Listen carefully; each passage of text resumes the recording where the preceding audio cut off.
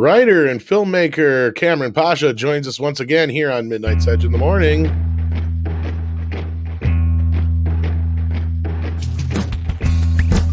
It's Friday. We've gotten through another week here on the YouTubes. Hope everybody's doing well out there. Welcome to Midnight's Edge in the Morning. I'm your co-host, Tom Connors. With me, as always, is the boss man, Andre. How you doing? I'm good, thank you. Greetings. Hope everyone is doing great out there. And speaking of great, we have a great guest that I'm always excited to have on the show. That's right. We have the one and the only Kamran Pasha. Gentlemen, thank you very much for having me on. As I've told you, this is very early in the morning for me. It's 9 a.m. and I usually sleep till 10 because I'm a night owl. I work at night, and then I usually sleep till 10 or 11. So I'm like, only for you would I wake up at 9 a.m. in the morning. He does let us know this. We appreciate it too. We really appreciate that. And to everyone that does not know, Kamran Pasha is, of course, a writer and a producer.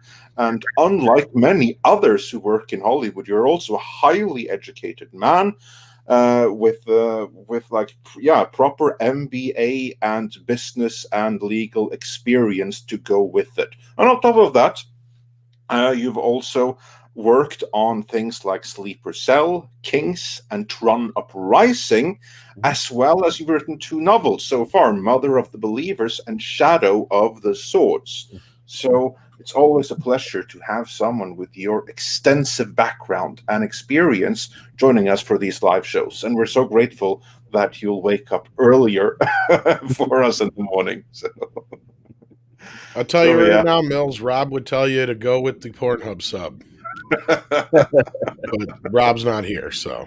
Yeah, he's not here. So we'll say that you'll go with the right choice. I will say one thing, Andre. I think you need to have a beautiful female co-host as well. Tom is great. I tried. There's too much testosterone on. Everyone was busy this morning, man. I tried. All our toxic femmes are busy. I don't know. Yeah. We maybe we'll see who can join us later. We always love when one of our lovely toxic femmes will join us, and if we're really lucky, we'll see if someone can show up later on. But yeah, for right now, you'll just have to deal with our toxic masculinity. But the ladies do have the link if they're available, so hopefully one of them will pop in throughout the show. Who knows? But yeah, we got a lot to talk about today. There's the Gina Carano business. There's Kathleen Kennedy putting her foot in her mouth yet again and lying. Oh, I didn't hear about this. Oh, yeah, well, I did. Now that I know what you're talking about. Yeah. Never mind. Yeah. Before that, though, we've got a couple of super chats. We're going to try to get caught up right away before we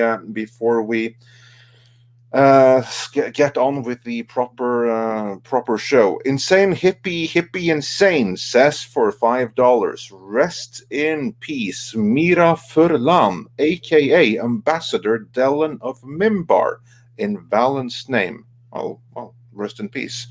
And Joe Pat 87 says it's like you're on Turner time. Turner as in TBS. Except you still have to make strenuous effort to catch up. What Joe Pat's talking about there is back in the day. For some reason, well, I mean, you can figure out why later on, but like TBS used to start everything 5 minutes past the hour. They were the only station that did that. Well, it was because you'd stay watching them longer because you'd be 5 minutes into the next show, so you wouldn't flip. Well, very strategic. It's not just because, that's why we do that.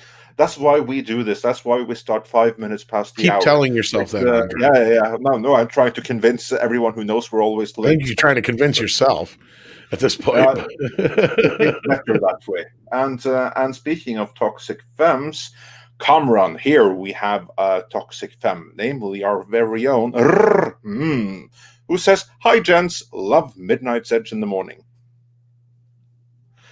And we love having everyone. It almost else wouldn't be here. Midnight's Edge in the morning without here. Wait, Tom, did I see your face? Is this Charlie's Angel? Did you actually reveal your face accidentally? As long as my cord will hold up, yeah. Like I need a new extension cord. I finally see Charlie. All I know is if I bump something though, it might go out. So. Yeah.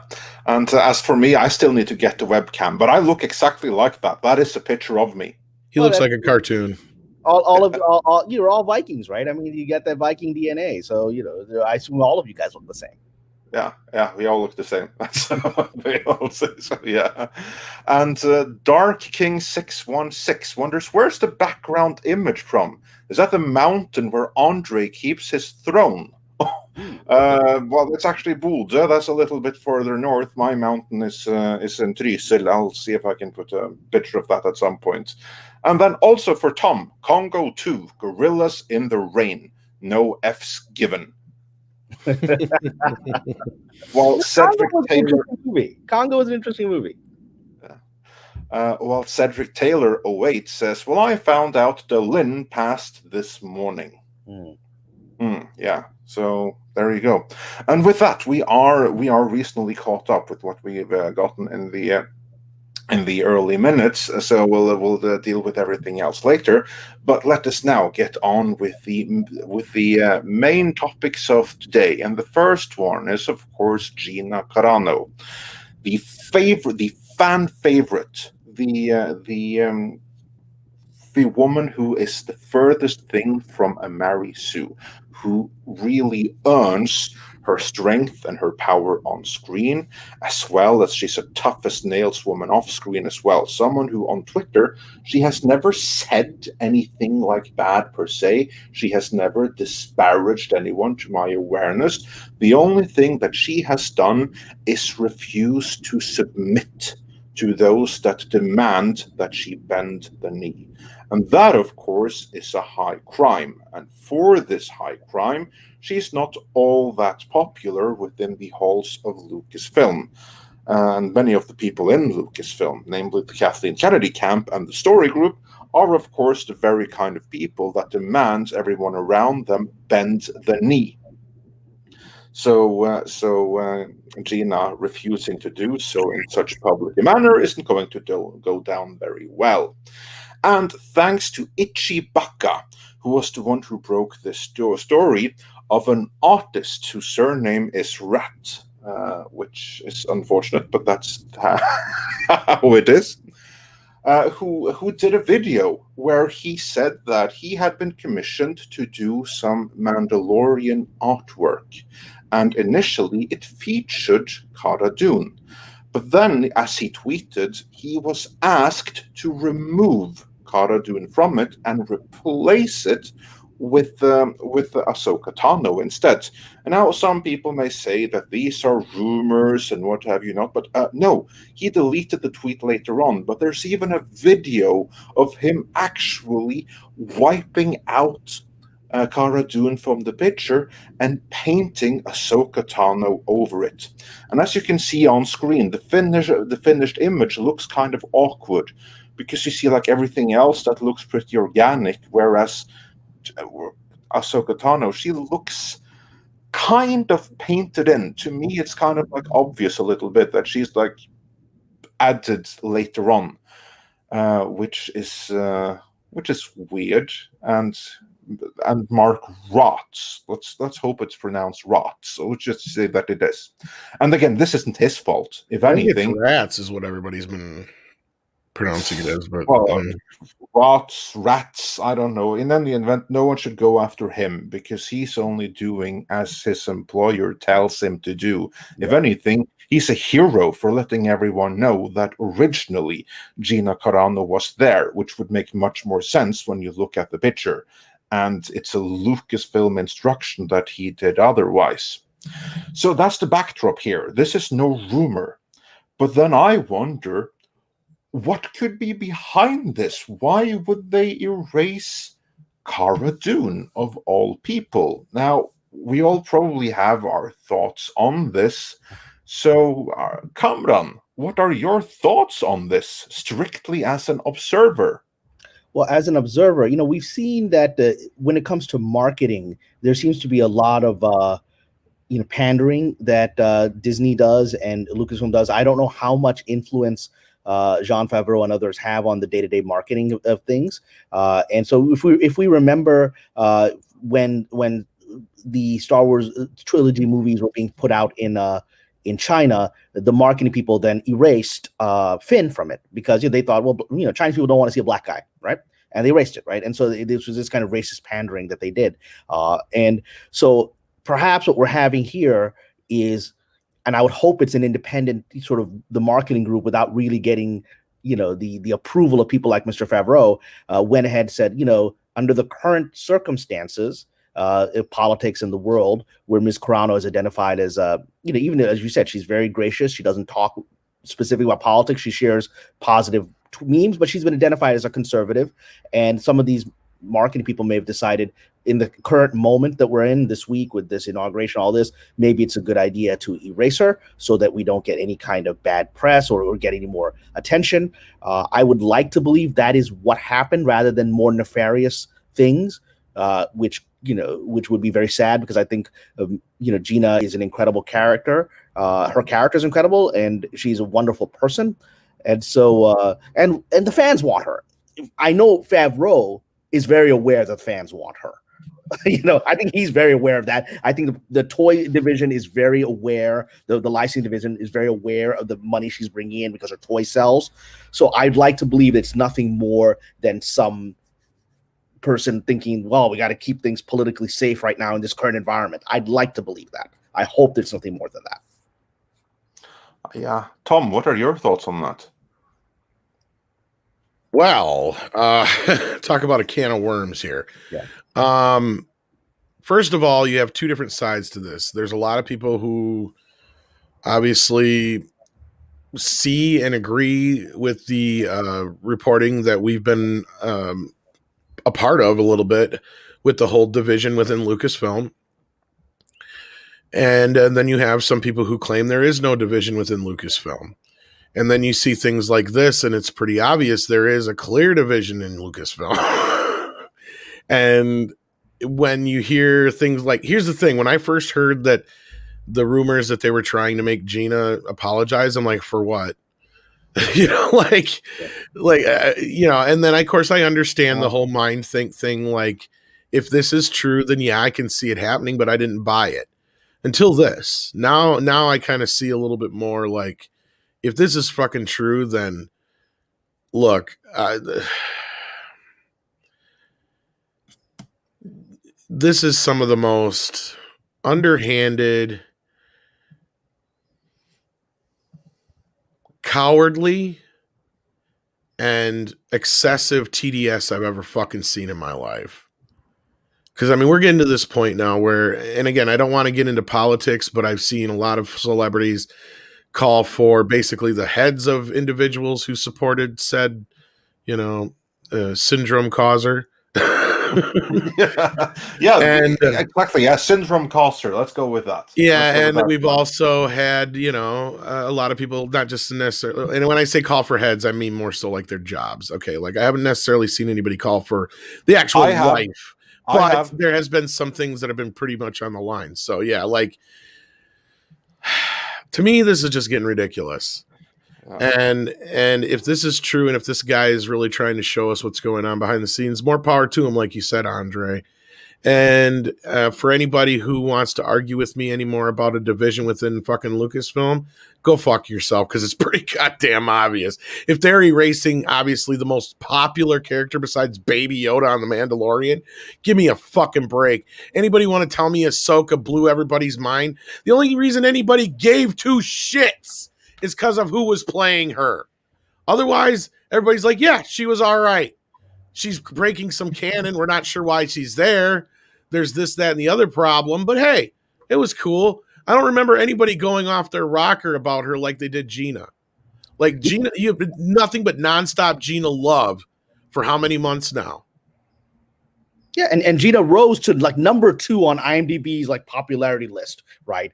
Of every one of the millions. Oh, I didn't even know that. Yeah, she tweeted out. She actually tweeted that out, and so that's how popular she became. I mean, out of the entire IMDb list of 1 million people, right, in Hollywood, she rose to number 2 in most searched. Yeah, that's like the thing that, unlike Rey, unlike Holdo, unlike anyone associated with the sequel trilogy, unlike anyone associated with Rogue One, Gina Carano is a genuine fan favorite. And I say genuine as in there are receipts to show that she is. Not just some paid-for article that claims that Ray is a fan favorite or Rose Tico is a fan favorite. No. The Diamond You have Diamond toy Toys sales. guy would argue with you there. Yeah.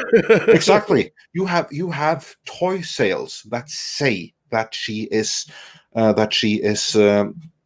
fan favorite. You have IMDb searches that says that she's a fan favorite. Like, for instance, you have like Parrot Analytics that says, Star Trek Discovery is the hottest thing ever, but I've never ever seen the actress playing Mikey Spock ever trending on IMDb, nor anyone else associated with that.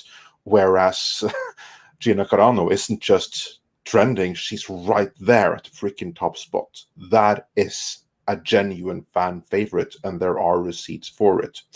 And I think that makes things all the worse for the Kennedy faction, who are seemingly losing on all accounts. They've been relegated to doing the High Republic that no one cares about, that seems to be a bomb that's going to take years to run to its conclusion, where they have like mixed and matched the audience. You're supposed to be able to pick up every little thing, and they have both adult novels and like little kids books, and they expect everyone to read everything. I don't know what kind of world they're dreaming in. And then comes Jon Favreau, and he makes a massive smash hit out of The Mandalorian. He brings Luke Skywalker back, which these people apparently hate, and they can't stand Gina Carano because she is so very positive and so cheerful, and she won't submit. And then worst of all, she's popular. And they can't have that. Yeah. And I gotta disagree a little bit with this. Molnier's Power says, no, Gina is a fave because most nerds are simps. If that was the case, then they would have been simping for Ray. Yeah, she's lovely, and they weren't. Exactly. The only people that were simping for Ray were basically like weirdos. They're Raylos, and these were people that weren't just simping for her; they were stalking her and making her uncomfortable. Yeah. And the only ones that care along with the Raylos, it was those that were just using Star Wars as a political platform. They didn't care about that character. They just kept talking about, well, it's finally a woman is in charge. I mean, that's what I would hear from my Hollywood friends, right? I was like, man, you think Princess Leia wasn't in charge? I mean, you see her in Star Wars. She grabs the blaster from Han and said, "Get out of my way," and starts shooting the stormtroopers. I mean, it was just a lot of nonsense. Yeah, it's pretty bad. But anyway, so obviously she's not very popular within the Kennedy faction because that is Gina Carano represents everything that they are against. She's a female, but she didn't come from them. She's popular, and it's not their doing, and she won't submit to their agenda. On the contrary, she subverts it in positive, cheerful ways. And because of that, they claim that she's controversial and she says controversial things on Twitter. No, she doesn't. She simply won't submit. Yeah. Well, the thing is what she does is she's not once, to my knowledge, got behind one candidate or another. Mm-hmm. All she's done, like you said, Andre, is tweet out things that may seem a bit conservative, and that freaks them the fuck out. And I will say, as someone that is not from the US, that has no game in your little party politics between the elephant side and the donkey side, that's a fight in which I do not have a dog. Well, I do not get to vote. Here's the problem. But let me finish, because just like seeing that from outside, what you say is conservative, I see as she's just talking common sense. And well, I was just going to say, like a regular human being. Actually, I was just going to say, Andre, the thing is what most people see as quote unquote conservative. Here's the problem that, Hollywood does not understand. Majority of the country is the middle of the road. Mm-hmm. Like you have left-leaning conservatives and conservative-leaning leftists. They're all kind of like majority of the country, and they're just kind of standing around looking at everybody going like, you're a bunch of fucking idiots. Yeah.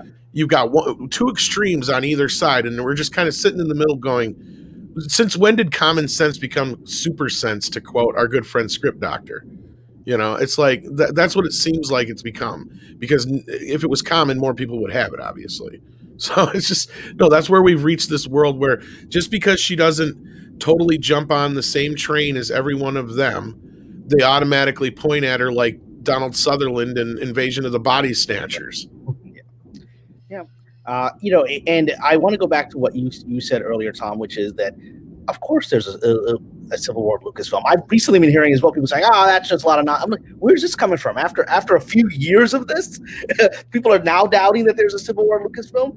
It's only been accelerating since Jon Favreau's success with at least getting Mandalorian back on a track that's similar to the original Star Wars, and then the massive success with Luke Skywalker's return. I personally believe, yes, I continue to hope that this is not Gina being let go from the show or any other nonsense. And I choose, until we hear otherwise, I'm going to believe that that's not the case, right? I don't think Jon Favreau wants to let her go. I don't think the bean counters want to let her go. I do think that cultist faction inside of Lucasfilm would love for her to go. And there's some exec there within that faction made a call, and took care and did this. And I don't know that it got higher up approval than that. So that's their stab back, in the same way that Mr. Hidalgo, who's an exec within that group, created that unnecessary drama by mocking that fan who, Star Wars Theory, for his very genuine emotional reaction to Luke returning. And I think in the same way that Mr. Hidalgo created a massive backlash enough that somebody Disney told him, call that guy and apologize to him, right? I think that now that this is getting out there, there's going to be a backlash again against this cult, saying that, what's wrong with you? We all love Gina. Are you thinking of firing her? What are you doing? And that's going to increase her prominence inside there as people come to her support. And I urge people to come to her support, send nice, positive emails to Disney and to Lucasfilm or to their marketing, whatever, or post on your social media in support of Gina. Don't have to be negative, just in support of her, how much she's loved. Because I think she needs that right now if the cult is focusing on her. Yeah. And I agree. Carry on, Tom. Mutan's right here. Imagine deleting a character loved around the world just because the progressive American agenda. What a narrow view. Yeah, and a lot of people were calling it petty in the chat earlier, and yeah, it is petty, but it's actually worse than that. It's scarier than that. It's dangerous. Yeah, it has nothing to do with pettiness. This is insidious. Is the word here? That's what it is. Thank you. Yeah, it's a deliberate reaction to her not bending the knee, as Andre said, and I couldn't believe this. Like, as I said before, I knew there was a separation within Lucasfilm, but when I heard about all the Gina Carano shit, I'm like, come on, that's bullshit. Why would there ever be anybody within Lucasfilm who would have anything against her, considering how popular she is? She's a big part of the show, and you're right on. If they got rid of her right now, the backlash would be probably just as bad as the Last Jedi backlash, because what few fans you have left, you're pretty much shitting all over them, and they've had enough of it. It's you want to see a mostly peaceful protest from Star Wars fans, you're about to get it if you do that. And it's my understanding still is that she's going to be a central feature of the Star Wars Rangers show, right? Because I don't know who else would be. Who else would carry that? I don't know any other character, right? I mean, who's gonna? We already know Boba Fett's going to do his thing, with Ming-Na Wen. He's going to go do that, and then who's going to run this show? Who's going to be the face of the show? It's not. We know that Ahsoka Tano is going to be doing her thing. So if they're actually going to do this Star Wars Rangers show, it's Gina or bust, right? And I don't know. I mean, unless you want to throw that thing in about. Yeah. And I think that you are entirely right. Mm-hmm. I think that this is something that someone from the Kennedy faction did. Mm-hmm. That, Jon Favreau, he's completely in charge of The Mandalorian and everything like that. But the Kennedy faction may be in charge of the marketing and the artwork and everything like that. And I'm sure there was someone, and it may not even be that high up, but some guy who's like looking at Gina and is probably getting PTSD just looking at her because she reminds him of, or him or her, maybe it's a her. I don't want to be gendering anyone here. But basically, just seeing her reminds the individual that made this call of, the individual who is the cause of of all of the derangement syndrome, and just can't stand it and decide that no, this individual has to go, and then everyone on Twitter is going to love us. We're not going to do anything to give this person any more credit, anything like that. So we're going to put this other female in there instead. So, I think it's as simple as that. This was done without Favreau knowing, and I'm quite certain that to Favreau, this is going to be like, this is just like yet another strike in the civil war within Lucasfilm. Yeah, and I'm sure it's already heard of it. If we're talking about it, Mr. Favreau knows about it. He's very aware of what's happening on social media. He's very aware of it. And if we're talking about it right now, he's already been told about it. And I'd like to believe, and I'm sure he is, angry. Right, it's like, here we go again. I have to put out this fire now, just like I had to put out Hidalgo's fire. Yeah. Who knows who could call Hidalgo to make that call? It could have been Mr. Favreau himself, because he was getting such incredible personal accolades from Mark Hamill himself, was saying thank you, Dave, thank you, John, and that Reed and all that, yeah. That was trending on Twitter, and that was something people were writing news articles about. And then a few days later, this moron comes out and says, makes his negative comment about a fan crying. And I wouldn't be surprised if Mr. Favreau himself or someone he directed to made that call, because it's a personal attack on what he's trying to do. Because he also is not actually trying to do anything negative or political. He's just trying to make Star Wars, right? I don't know what Jon Favreau's politics are. I don't. I wouldn't be surprised if they're closer to Mark Hamill's and Gina Carano's. That's where most people in this industry are. I'm closer to Gina, right? But that's mostly interesting. But he's just trying to make something he loves, and have these guys keep creating drama is a real pain in the ass for this for Mr. Favreau. Yeah, especially when it's coming from inside your own company. Yeah. And that's also a brilliant thing for Favreau. As you said, we don't know his politics. And how fantastic is that? Because that is something that means that he's not a divisive figure. Because right now, there's one side, and one side only, that has caused the divide. And that is the same side that is being insidious right now. They are the ones that are politicizing, and they are the ones that are causing the split. Of course, then they blame the other side, but that's what that kind of people will do. But anyway, Favreau, he has not stated where he stands, and we don't know. And that's brilliant. That's fantastic, because that only means that he focuses on making the greatest possible content, something that will unite everyone, no matter where they may stand in terms of politics, religion, or anything else. He makes something that's truly uniting, which is something that everyone could need right about now. And from where I'm watching, especially you guys in the States, could really use that right about now. And then come the Kennedy faction and find something more to create division. And I'm pretty sure that right now in this moment, Favreau is aware of this. And I think that he's going to be fully behind Gina Carano. As you say, Kamran, this is only going to make her stronger. It's going to make her more of a fan favorite, because what's going to happen right now is that when we and everyone else bring attention to this, everyone is going to see, okay, here is someone that we like under threat. We're going to rally behind her and show our support. And Favreau is going to notice, and Bob's Iger and Chapek are probably going to notice too, that with Favreau and even with Gina Carano, there is money. And that is one thing that Kathleen Kennedy and her faction has, if anything, emptied Disney coffers off. They squandered it, and so it's this one thing I'll say about this faction is that what's remarkable is all they do is screw up their own plans. All they've ever done is create backlash on their agenda. All they've ever done is push their agenda further back. And that's why they're getting more and more frantic, right? Because everything they've ever done has caused a response that forces Disney to get off of what they do, right? Being drunk off of Force Awakens, they decided to do their plan into The Last Jedi. And then immediately a worldwide backlash happened that created an entire industry on YouTube. We're all talking because of that, right? It created a whole world.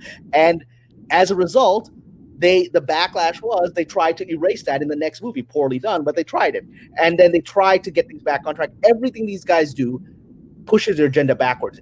I think in their minds, they see themselves as like the Maquis in France fighting the Nazi occupation. They're trapped in this Nazi evil, Disney empire, and they're just fighting for the good fight. And well, I was like, man, but you keep losing, man. Everything you do blows up in your face, and this will blow up in their face. Yeah, and not only that, they are extreme ideologues themselves, and they are everything that they accuse the other side of being, only worse. But yeah, that's just my observation. I was going to get down that road. But before we move on to the next topic, because I think we've said pretty much everything there is to say about this particular topic, I want to hear what you have to say. So let's go through the remaining super chats. Yes. El Punk Tres sends a Devil super sticker for 99 cents, so thanks for that. And Alex Serra says, more pissing contests at Lucasfilm. Could have sworn it was Monday. Broken record time. Lovely gents, when will the bottom fall out?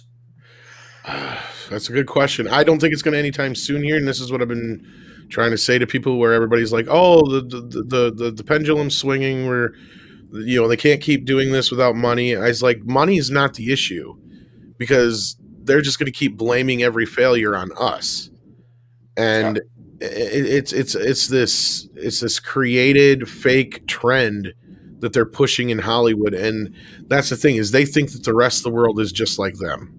And when they see somebody like Gina, they key in on them because they're, not one of us, not one of us, like it's just like a disease. It's anyway. Yeah, and here's like the thing, that they may think that the world is like them, but in reality, they are a little North Korea all of their own. But moving on, Stephanie Janisek's Smuggler's Cantina says, from one Norwegian to another, yo, Andre, you're Norwegian? Awesome. Okay. And Jersan Riv says, for 50 Mexican dollars, Kamran, you were great at Unsafe Space. I love when you're a guest in any channel. Hail Planet Pluto. Your insight, always interesting. And I agree with that completely. It's a pleasure to have you on. Pluto's the ninth planet. It will always be the ninth planet. That's my mantra. Yeah. Yeah.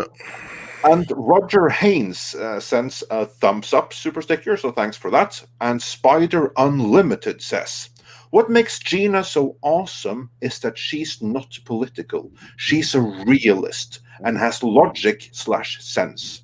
Yes, that's what I see coming from, basically not from your country. When I see her tweets, I see common sense, and that's it.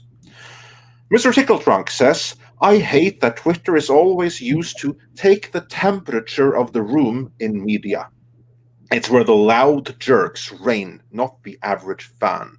And then he says, also, have Kamran on more. Level-headed supreme. A thumbs up. We try to as much as we can. He's an in-demand individual, but we definitely will have him on as much as possible. Yeah. Thank you.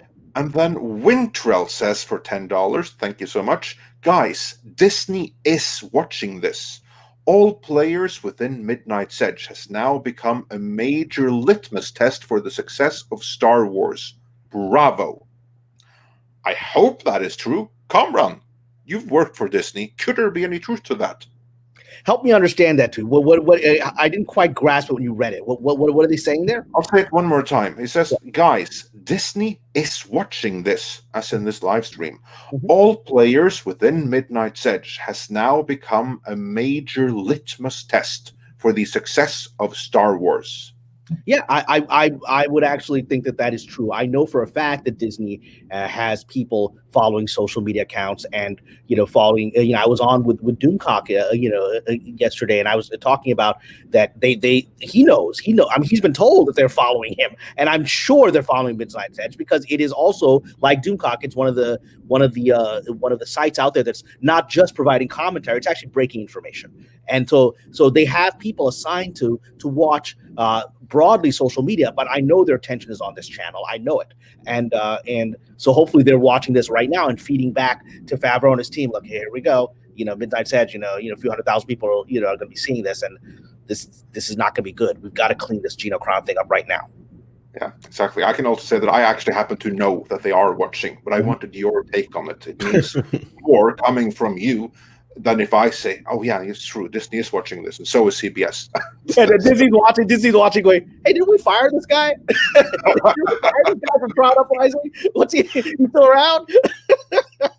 Yeah.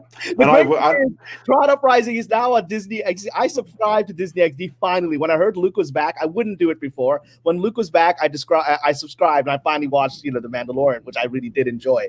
And Tron Uprising, the show that I was the head writer for and fired from, is available there. So everyone should go watch it because it's a good show. And the first half of it is my genius. Second half of it, I can't make any comment. What's funny I will. Yeah, I just want to say that I fully concur. Tron Uprising is really, really good, especially the first half. Yeah. Then it kind of lost its way a little bit after that. And also, Tron Legacy is one of the best times I ever had in a movie theater in my entire life. But yeah, Tom, you were saying. Well, last night on Mead, we got like a dozen questions about Tron. So hopefully those people that were wondering about those things show up today. But like, yeah, they were asking us left and right. I'm like, tomorrow we got Kamran Pasha on. He actually worked on Tron Uprising. Come on and ask him. Because basically they were asking, because there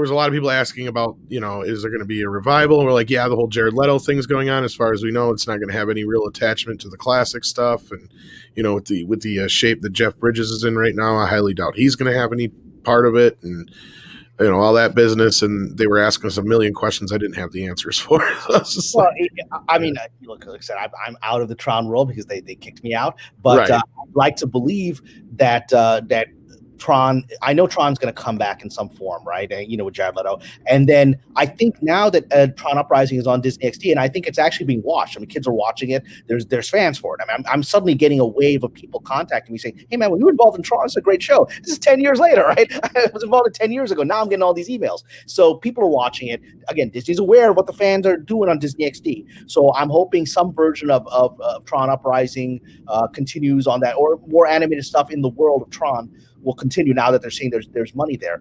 The one thing I will say is, while I was involved in the animated show, I actually briefly got to sit in and watch one of the reshoots for the Tron film, and I'm sitting there, and it was very nice. The director was there; he very graciously let us come in and sit behind him, watch the reshoots, and there's Olivia Wilde dressed up in her Tron suit. I'm like, my God, she's incredibly hot, and I'm like 5 feet away from her. I can't believe this is happening. So it's all good. Yeah.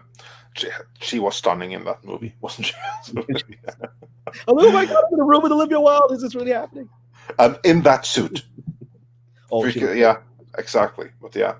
Anyway, we have a few more super chats before we move on. And the one I would do first is the one on screen. Mr. Chickle Trunk says, "If Disney is watching, hey, Disney, eat my shorts. Instead of talking down to us, respect storytelling and you get our money. You like money, right?" Yeah, they should learn. They absolutely do. And, I really believe the reason that Gina was able to just make her general positive comments and refuse to bend the knee all this summer at the emotions of the election, and she still never bent the knee. She never left Twitter. She just kept being herself. It's because she was given the green light by, Favreau or someone saying, just be yourself. Don't get overtly into politics. I'm sure they said that to her, but, we like you. And that's why I choose to believe she's still safe. Yeah, indeed. And True Dope has some questions about Tron Uprising, and I'd love to get into that, but we'll do that after the second main topic. Then we'll get and I already answered this question in particular, which is that I don't know that what their plans are. I'd like to believe that now that people are watching it on Disney XD and it's becoming successful on that, 10 years later, they're like, okay, we can make money on this. Let's bring this back. Fingers crossed. I'd love to see not a reboot, but a continuation, because I love the end of that. I just want to see it continue, not in a completely different direction, but just from where it was. But I think with Leto on board, it's going in a different direction. But that's just me, my opinion. I have no idea. We'll see. Probably, but we'll see. And moving on from there, Thunderstorm said, and again, this is now so old that I can't bring it up on screen, so you'll just have to listen carefully. Thunderstorm says, "I like the character Rey played by Daisy Ridley. Horrible writing." So yeah, that wasn't Ridley's fault. She did what she could. And Stephanie Yanni said, yeah, carry on. No, she's a good actress, and none of them deserved this bad writing. She didn't deserve it. you know, you know, Kelly Marie Tran especially didn't deserve the garbage writing she was given. These are all talented actors who, you know, didn't deserve what was done to them. Indeed. And Stephanie Janisek says, Mugler's Cantina says, Gina Carano hasn't been on Instagram in a few days, for your information. That could mean anything, so let's not read too much into that. I wouldn't read too much into that. I mean, I would guess that, like everyone, she's tired of the bad vibes of this week. This week, with all the changes, there's a lot of could be working too. Yeah, she could be working too. I think people need a break from social media, especially at a volatile time like the last few days. So I would not read into it. No, exactly. And JoePat87 says, KK is Britta Perry, LOL. I have no idea who that is, but maybe it means no idea. Must be a character or something I'm not aware of. Yeah. No. And Willie Woodward just sent us a $1 donation, so thanks for that. And Pablo Papano says, Gina would have a discrimination suit on her hands if they let her go. I don't know that she would, but... I mean, and I don't know that... in general, when you sue somebody, when you sue like that, it's pretty much the end of your career in this town, because you might even win or get a settlement, but then nobody wants to work with you because then they're scared of lawsuits. So one of the first things I learned in this town is you sue when you want to end your career. Yeah, exactly. If you just want to, if you're like on the way out anyway, then you might as well. But she has a long way for her, so I don't think so. And then final one before we get into the next topic. King of Hearts 985 says, have you guys seen the clip of John Campia downplaying the Pablo Hidalgo tweet? I heard about it. I didn't see the tweet. I don't know what was the content. No, but it doesn't really surprise me. Campia is he's a fence sitter. I mean, let's be real. I mean, I respect him for getting behind Robert Meyer Burnett when he did, and you know, like a lot of people in this industry, he's one of the people that kind of, you know, that I first realized, oh, you know, there's this thing on YouTube where people can talk about movies and stuff. You know, it's not just cat videos and shit. But he has some of the worst takes in fucking the world. I'm sorry. Yeah, what I will say for John Campia is I don't want to like disparage the man in any way. He stood by Robert Meyer Burnett when they came for him, so massive kudos to that. Burnett has nothing but great stuff to say about him. He was an inspiration to us all. Every one of us who is in this sphere, we were one way or the other inspired by John Campia. That being said, he is triggered when it comes to personal politics, and he does not like the ones that are attached to Gina Carano. And he does like the ones that are attached to Pablo Hidalgo. So he may be a little bit partisan right there, and I do not think that clip did him any favors with audiences, although it probably did within the industry. And he is someone that has to stay connected with the industry. He has to be like on good terms with people who are, how do we put it, who want to be on the right side politically. So I don't think anyone should like use that too much against him, but yeah, that was not a good look for him. And with that, let's move on to the second main topic of today, which is more about Kathleen Kennedy, who yet again put her foot in her mouth, or actually not really, but she could possibly be accused of having misled investors a tiny little bit. I think it's more like she has no clue what she's talking about, as always. But that could also be the case, because what was the comment? I don't know what the comment was. Getting to it, because what she said during like this December Investor Day, which was when they announced all of these shows going forward, then they were also talking about the Cassian Andor show and how that was going to reunite the actor playing Cassian Andor with Alan Tudyk, who played the robot, who was everyone's fan favorite character. Like that's what we've all been saying here. Like Cassian Andor, like a prequel based on a prequel of a guy that died like 2 prequels ago before the original series. Like, why do you want to go back even further and explore them even more? But okay, with the robot, it might work. But then, now it appears that Alan Tudyk himself has confirmed, I'm not in the first season. Maybe I'll be in the second one, I don't know, but I'm not there right now. And they're shooting now, and I'm not part of it. So there goes the fan favorite, like the one saving grace, the one thing that people were interested in seeing. And he basically just proved Kathleen Kennedy at best to be uninformed and at worst to be a liar. And or worse, she doesn't even have control over this simple casting thing. That's how disconnected she may be. She may have intended that, but people are like, well, thanks for your opinion. We're just going to do it this way. Yeah, is that possible? And who would be the one that made that choice if they don't have the fan favorite standout character from the movie? What's then the point of doing this prequel? Well, this is. I think that this is part of sort of Disney has given her, okay, this is your stuff. You go do this stuff while we're going to do this stuff with Favreau, right? So my guess is she probably is in charge of this thing, because this Cassian Andor was really one of the things that she, Rogue One I thought was a good movie, and it's one of the only good things that was done under her regime. And so I'm sure she's been given, okay, you could do that. You didn't screw that up. And with her management style, I wouldn't be surprised if she just thinks that this is the buildup, again, her thinking, well, Luke Skywalker was a surprise in the second season. We're going to do a surprise with a robot in the second season. I was like, yeah, but nobody was expecting Luke Skywalker to come back after what you did to him. So it was a wonderful surprise, right? Whereas with this, everyone is invested in, man, that robot's cool. I've seen, when people watch that robot get blown up a robot, they cried more than they did for any of the characters because you care about that, right? And so it's just like, I think this is just maybe bad management where she's thinking she's pacing the story, but she's not, because we just want to see, it's just like, without R2-D2 and C-3PO, the Star Wars loses its heart. And that's the genius of Jon Favreau, is that it wasn't just Luke, it's R2 that comes back.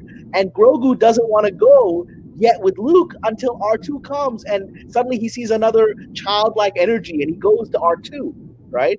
Jon Favreau understands the robots pull people in, especially charismatic robots like the one that Mr. Tudyk played. Absolutely. And sorry, yeah, your mic's making weird noises, Andre. It's yours. Okay. Yeah, I figured it out. I thought it was Cameron's. It's yours. No, and honestly, I think it's more so a thing of Kathy. Either she's what you said, Cameron, or she's just completely out of the loop. And I'm curious if it's not the second one, because, and it's been this way since the whole Iger situation, because remember Mandalorian, when that came out, it was like everything was fine, everything's dandy, and then all of a sudden, oh, by the way, Obi-Wan's getting delayed. Why? Because the stories are too much like Mandalorian. It's like, well, where the hell was she at?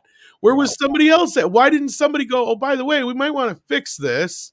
We can see from her management style, she doesn't take the time to really process the stories that are given to her. That's why, apparently she doesn't even take the time to watch the dailies, because that's how you got Solo on, 70, 80% finished. She's like, well, it's not the movie I want to make. How did you get this far into the process? I mean, I've worked on shows where after the first day of dailies, we get the call from the studio saying, hey man, this isn't what we asked for. Get it on track. The next morning we get the call. Like, get this on track. What's wrong with you? So I don't know how she runs things. I think she's spending most of her time at cocktail parties and giving speeches. She's not actually running that place, even when she was in charge. Yeah, because that was like the incredible thing with Solo, that they practically filmed the entire movie. So I would imagine that she probably hadn't seen a single set of dailies until like on day 80, when she saw like a rough cut or something, and then she probably had a fit. She saw a rough cut. I'm guessing exactly. She saw a rough cut, and she's like, "What? Is this a comedy? What is this?" And it's like, I mean, I can't. I'm sure she thought watching dailies was beneath her, because you can't get that far into a movie. And it's when she saw a rough assemblage that she decided this isn't what she wanted. Well, not just that. Like, look, you go in and you're like, okay, I'm going to explain to you. The Obi-Wan series is like, let's just assume that this is what it was. Mhm. Young Luke is compromised, and Obi-Wan has to work with whoever to do something to save Luke. So you have a Jedi, taking this young kid or whatever, and they're doing whatever with him, blah, blah, blah, blah. Well, then, you hear that, and then somebody said, yeah, by the way, the Mandalorian's about this. We got this young Jedi kid, and he's being saved, and blah, blah, blah, blah. Like, at some point, don't you think somebody go, oh, that's a little similar. We should probably work on that. No, she literally announces the show. The Obi-Wan show is now written. They have X amount of episodes written, and this was how many months before Mandalorian even premiered, Andre? At least 6 months, I think it was. Yeah, something like that. Because it was at D23, I think this was. So that would have been the summer before. So then Mandalorian happens. After Mandalorian premieres, they announce Obi-Wan's being delayed, and the reason is, and this is not us making any assumptions or our sources said or anything like that. This was in the actual quotes, was because the storylines were too similar. You had how long to notice this? I mean, and that's the other thing when people are like, oh, well, KK is definitely part of Mandalorian.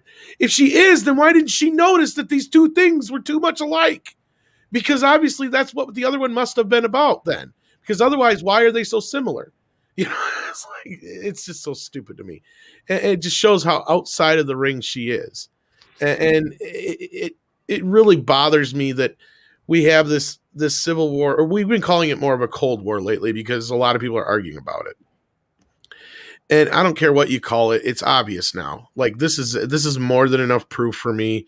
We've seen enough things. We've heard enough about Galaxy's Edge business. Just it seems like, with this High Republic stuff, the Pablo Hidalgo thing, there's too much proof now. If somebody wants to argue with me, I'm not going to listen to them no more. And with this whole thing with Gina Carano, I'm just done. If they fuck this, I'm yeah. Anyway, Andre, yeah, I think your mic is working better now. So. Yeah, well, there's good to hear that at least. So yeah, no, it's completely unbelievable how it's possible for an executive. I mean, I would understand if it wasn't the very, very top, but someone that's set to run a film division, and they kind of sleep on the job because they decide, okay, I'm kind of middle management here, and there's someone both below me that handles things day to day, and someone above me that will check that up, so I can just sit back and go to my white clothes parties or whatever. But no, she's the head of the studio, and she apparently doesn't watch dailies. She apparently doesn't monitor the scripting process until it's done. And in a case of this, she apparently doesn't even know which actors are going to come in and when. Or, and this is what I was thinking, she basically just told this knowing that this is for investors and we need to prop up Disney stock any way we can. And we're going to bring him to it eventually. We're just going to say it right now so people are excited for the one cool thing. But then we are going to space it, and we're going to focus on the character that we liked, although the fans didn't really care about him so much. Go ahead. The question I have is, and I thought about this when this was greenlit, I'm like, with all respect, and I enjoyed Cassian Andor's character. I love the droid. I liked Rogue One a lot. Who wants to watch the show? We know the dude's going to die. I mean, who wants to watch the show? I don't see Juan Solo kill people. That's all. Yeah, I mean, it's just we know how this is going to end, and so we also know that he's going to survive everything that happens here, right? Because we know how he ends, right? So the mystery of where the show is going is kind of gone. Every episode, you're he's good. It's not like where people are saying, well, in the Mandalorian, is Pedro Pascal going to be let go? Is he walking off the set? There's some drama because we don't know what's going to happen with that character. We don't know how long it's going to survive. We don't know the future. They might kill that character off to focus on the rest of the franchise. There's a investment in the future of that character. I know where Cassian Andor is going, so I don't know. Yeah, exactly. You know what reminds me of?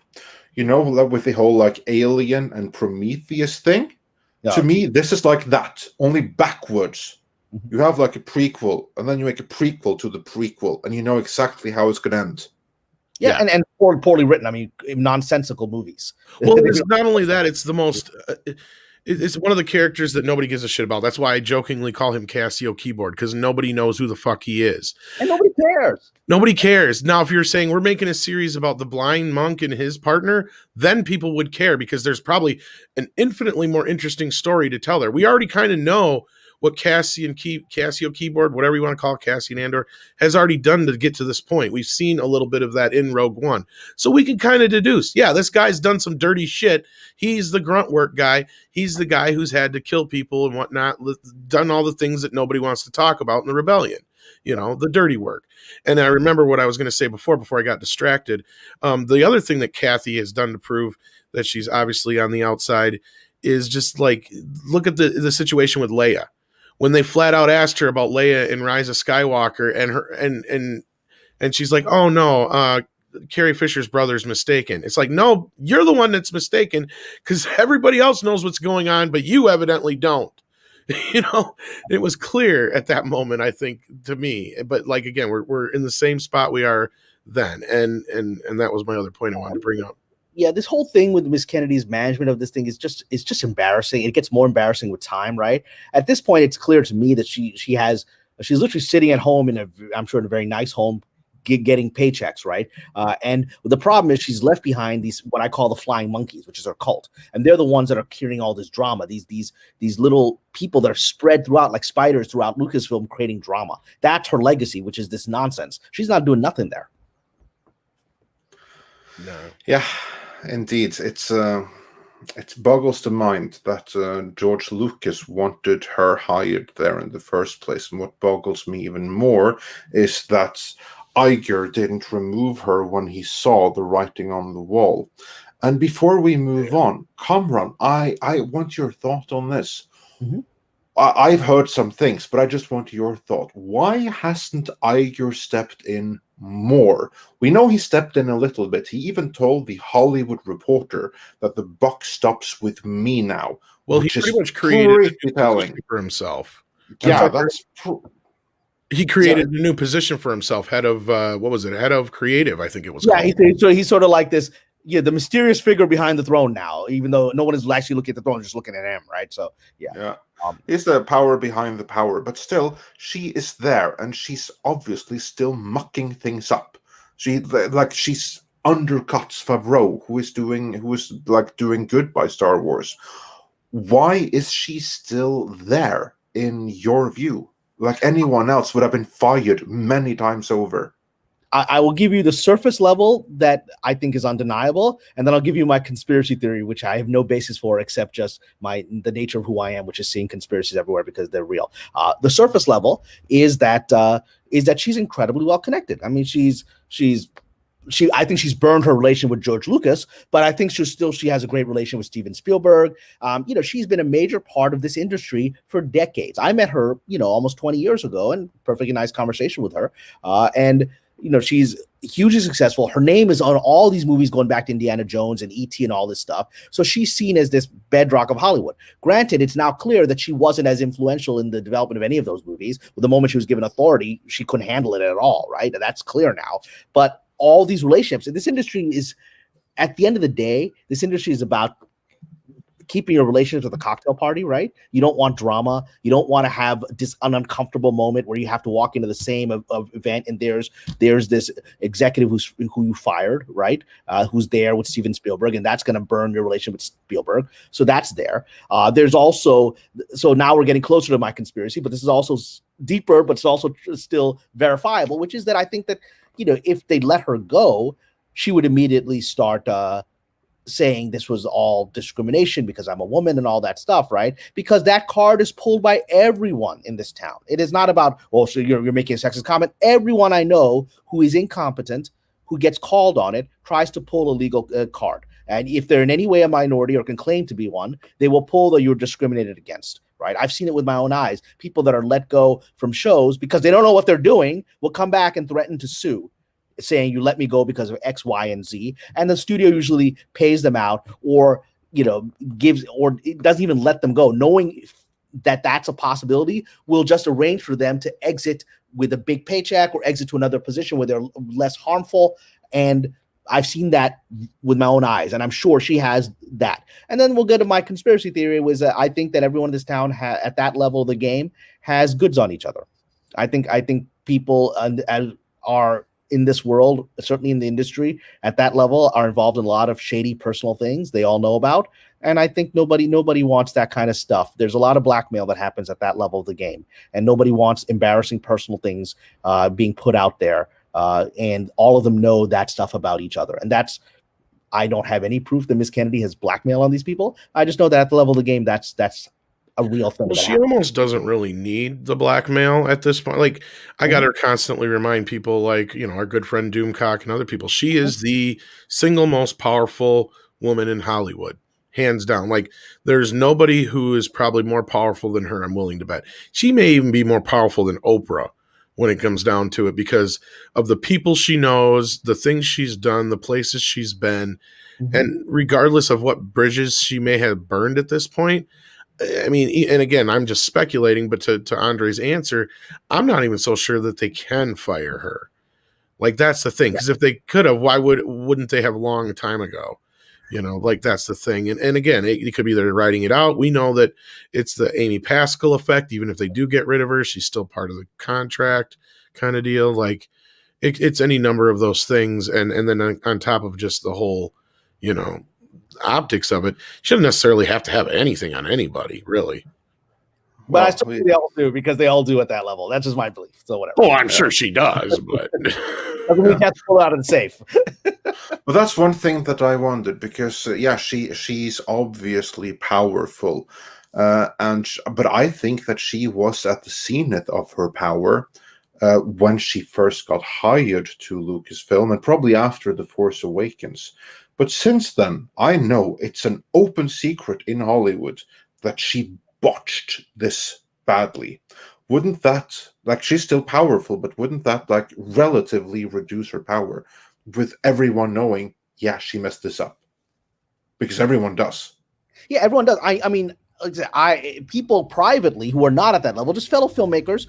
I had friends of mine who are actually slated. There was going to, before The Mandalorian, there was going to be a Boba Fett show. It had evolved from a movie to a show, and they were going to be on the writing staff of that. And right after Solo failed, they told me, the next day that Solo, the results came in, they said, we just got a call saying they're pulling Boba Fett and we're out, right? And then suddenly The Mandalorian comes into being, which is essentially, Boba Fett, but done differently. And so these people had said to me, and these are not people that are, that necessarily even share my political views and stuff like that. They simply said, yeah, she doesn't know what she's doing. And they'll say it privately, unlike me, who's saying things on that Disney's like, hey, this guy's talking here. Then we fire him, right? they are keeping that inside, but it's a very common, statement in the industry that she doesn't know what she's doing. I've only met one person who ever defended her, who's a friend of mine, who's a big producer, but his thing is he defends everybody who's in power.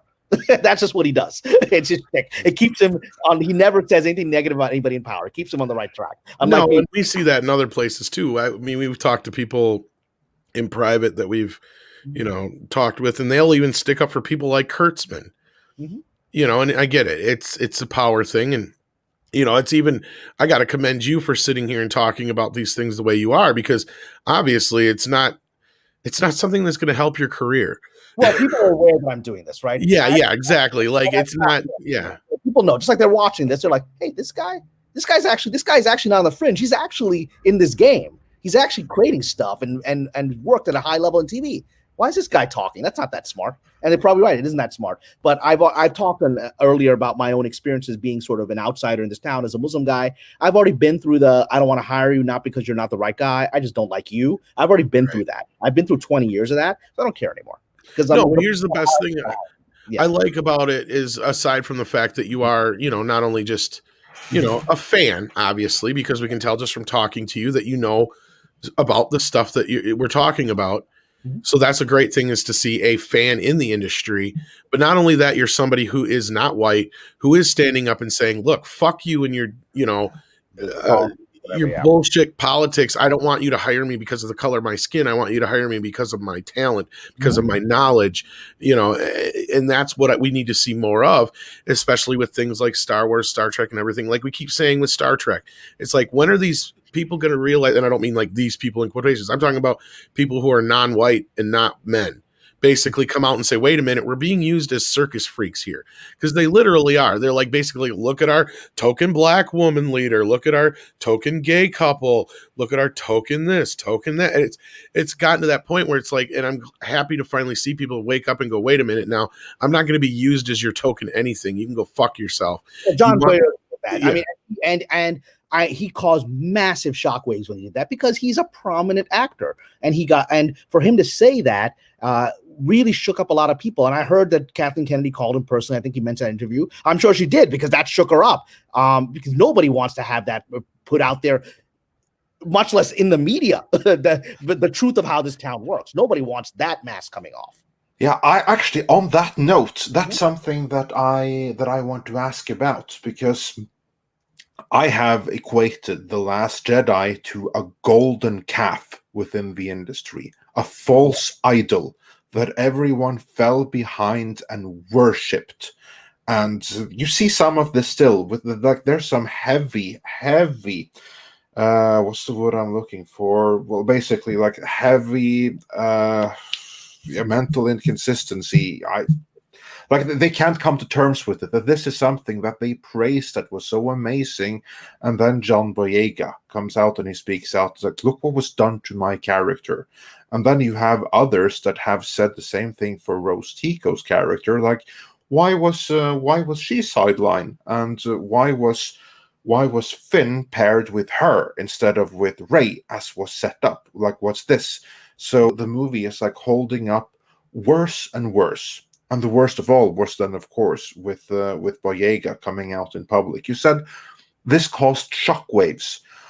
Did it cause any kind of like buyer's remorse in terms of how supported they have all been of the movie at the time, when it clearly isn't holding up? In private conversations, I've never heard a single person say they like The Last Jedi. Not one amongst filmmakers, writers, directors. Not one person has said they like The Last Jedi in private conversations with me. The ones that have been doing so, I noticed a lot. There were a lot of people that were trying to get attention from like Rian Johnson, like actors. There was I won't say his name. There was an actor I worked with on a TV show, and I thought I had a perfectly good relationship with him. In my early days, when I criticized The Last Jedi on Twitter, before I was like, man, as a fan, I was like, this movie doesn't work. This guy who's got several 100,000 followers, right, decided, and I'd worked with him. I was a producer with him. I had been his boss, right, decided to take my tweet, retweet it, and mock me and say, man, maybe you should just stick to writing. I mean, I couldn't believe it. I was like, dude, we have a professional relationship. Why are you doing this, right? And then all of his dumb fans were liking it. And I texted, I was like, come on, man. I mean, let me have my opinions, but why are you mocking me to your fans? And then he deleted it when I said that. But the damage was done, and the damage is done with the relationship. I mean, it's like, I'm never going to work with this guy again, right? But I know why he did it. He wasn't the star of our show, but he's a guy that wants to get attention. And so he was hoping Rian Johnson would see it and see that at the time, Rian Johnson, like I said, was the golden calf. He was the figure that was being held up as Moses or Aaron to these people, right? And he just wanted to get that guy's good graces. Ever since all this came out, he's become incredibly silent. Because all of that, he didn't like that movie. He just wanted to kiss the right butts in order to get attention. And now that movie, it's no longer the minority opinion that movie is a bad movie and it's racist and all this. Stars are saying it. He's become incredibly silent. But it really showed me the low character of people that I had worked with that would actually use me to try to get Rian Johnson's attention. And like, well, first of all, Rian Johnson is never going to hire you. You're not important enough as an actor for him to care about you. And number two, I'm not going to hire you again. We're done, right? So what did we get out of it? Yeah, I want to highlight a point from or comment from the viewers. Joel Rice says, "Damn, listening to this, Hollywood is described perfectly by Obi-Wan Kenobi. You will never find a more wretched hive of scum and villainy." Now, that's actually been used to describe us here at Midnight's Edge as well. But I think it's probably more a couple times. Hollywood. But look, Lucas wrote that script, and Lucas was already fed up with Hollywood by the time he was doing Star Wars, right? And so he'd already been through American Graffiti, he'd been through his industry stuff. He hated the industry by then. He hated the studio system by then. So I wouldn't be surprised if that's a subtext. Oh yeah. He's basically said those words in so many words about Hollywood. White slavers to talk about Disney. That's balls, man. Yeah, that was ballsy. I will have to give him that. That was pretty stunning. So yeah, but I think we have. I don't think there's much more to say about the topic we started out with. So I'm going to go through some more super chats, and then we'll move on from there. PNR Comp Guy says, Emmy, love you guys. Disney done F with Gina. Kamran, Tron Uprising was a must-see for me, and I could tell when it was falling apart midstream. My thanks. I was fired midstream. I was like, away you go. I was like, okay, good. I said, this is what's going to happen to your show. Good luck. And that's exactly what I predicted. Yeah, that's what I was telling him last night. I was like, yeah, basically, like you were saying, when most people agreed the show went downhill is when you got tossed. And I'm willing to bet that anything that you guys had planned was also tossed. And it literally was. The meeting where I was fired, I thought was a meeting to talk about the second half of the season. I came in to that meeting with my plan book, right? And at the end of that meeting, I was like, all right, well, you can have this. And they're like, literally just sit it aside. I said, okay, good luck. I know. I told them in that meeting because, the reason I was fired is I was too blunt and I wouldn't play the Disney politics. And I was saying, okay, we need to fix this problem and fix that problem. And they didn't want to hear it. And so I said, okay, this is what's going to happen as I'm leaving now. I said, this show is going to be canceled. You've invested a lot of money in this, a huge amount of money in this. You will not have a second season. The journey that you're on, and since you're not listening to me, you're not going to fix these problems. You're going to bring in a yes man, and he's going to just give you what you want, and you're going to have the show canceled, and the quality is going to fall down. Exactly what happened. I said, good luck to all of you. Yeah. Because Script was telling us about the third film script that he has. And I'm like, wait a minute, that's not the version I remember.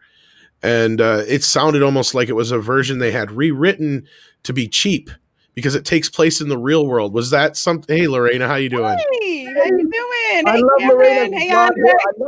I love it. Welcome. I was saying we need a beautiful woman on this. I was done with all this testosterone. Thank you. Oh, sorry I couldn't get here earlier, so I'm glad you guys are still rolling. What are we talking about?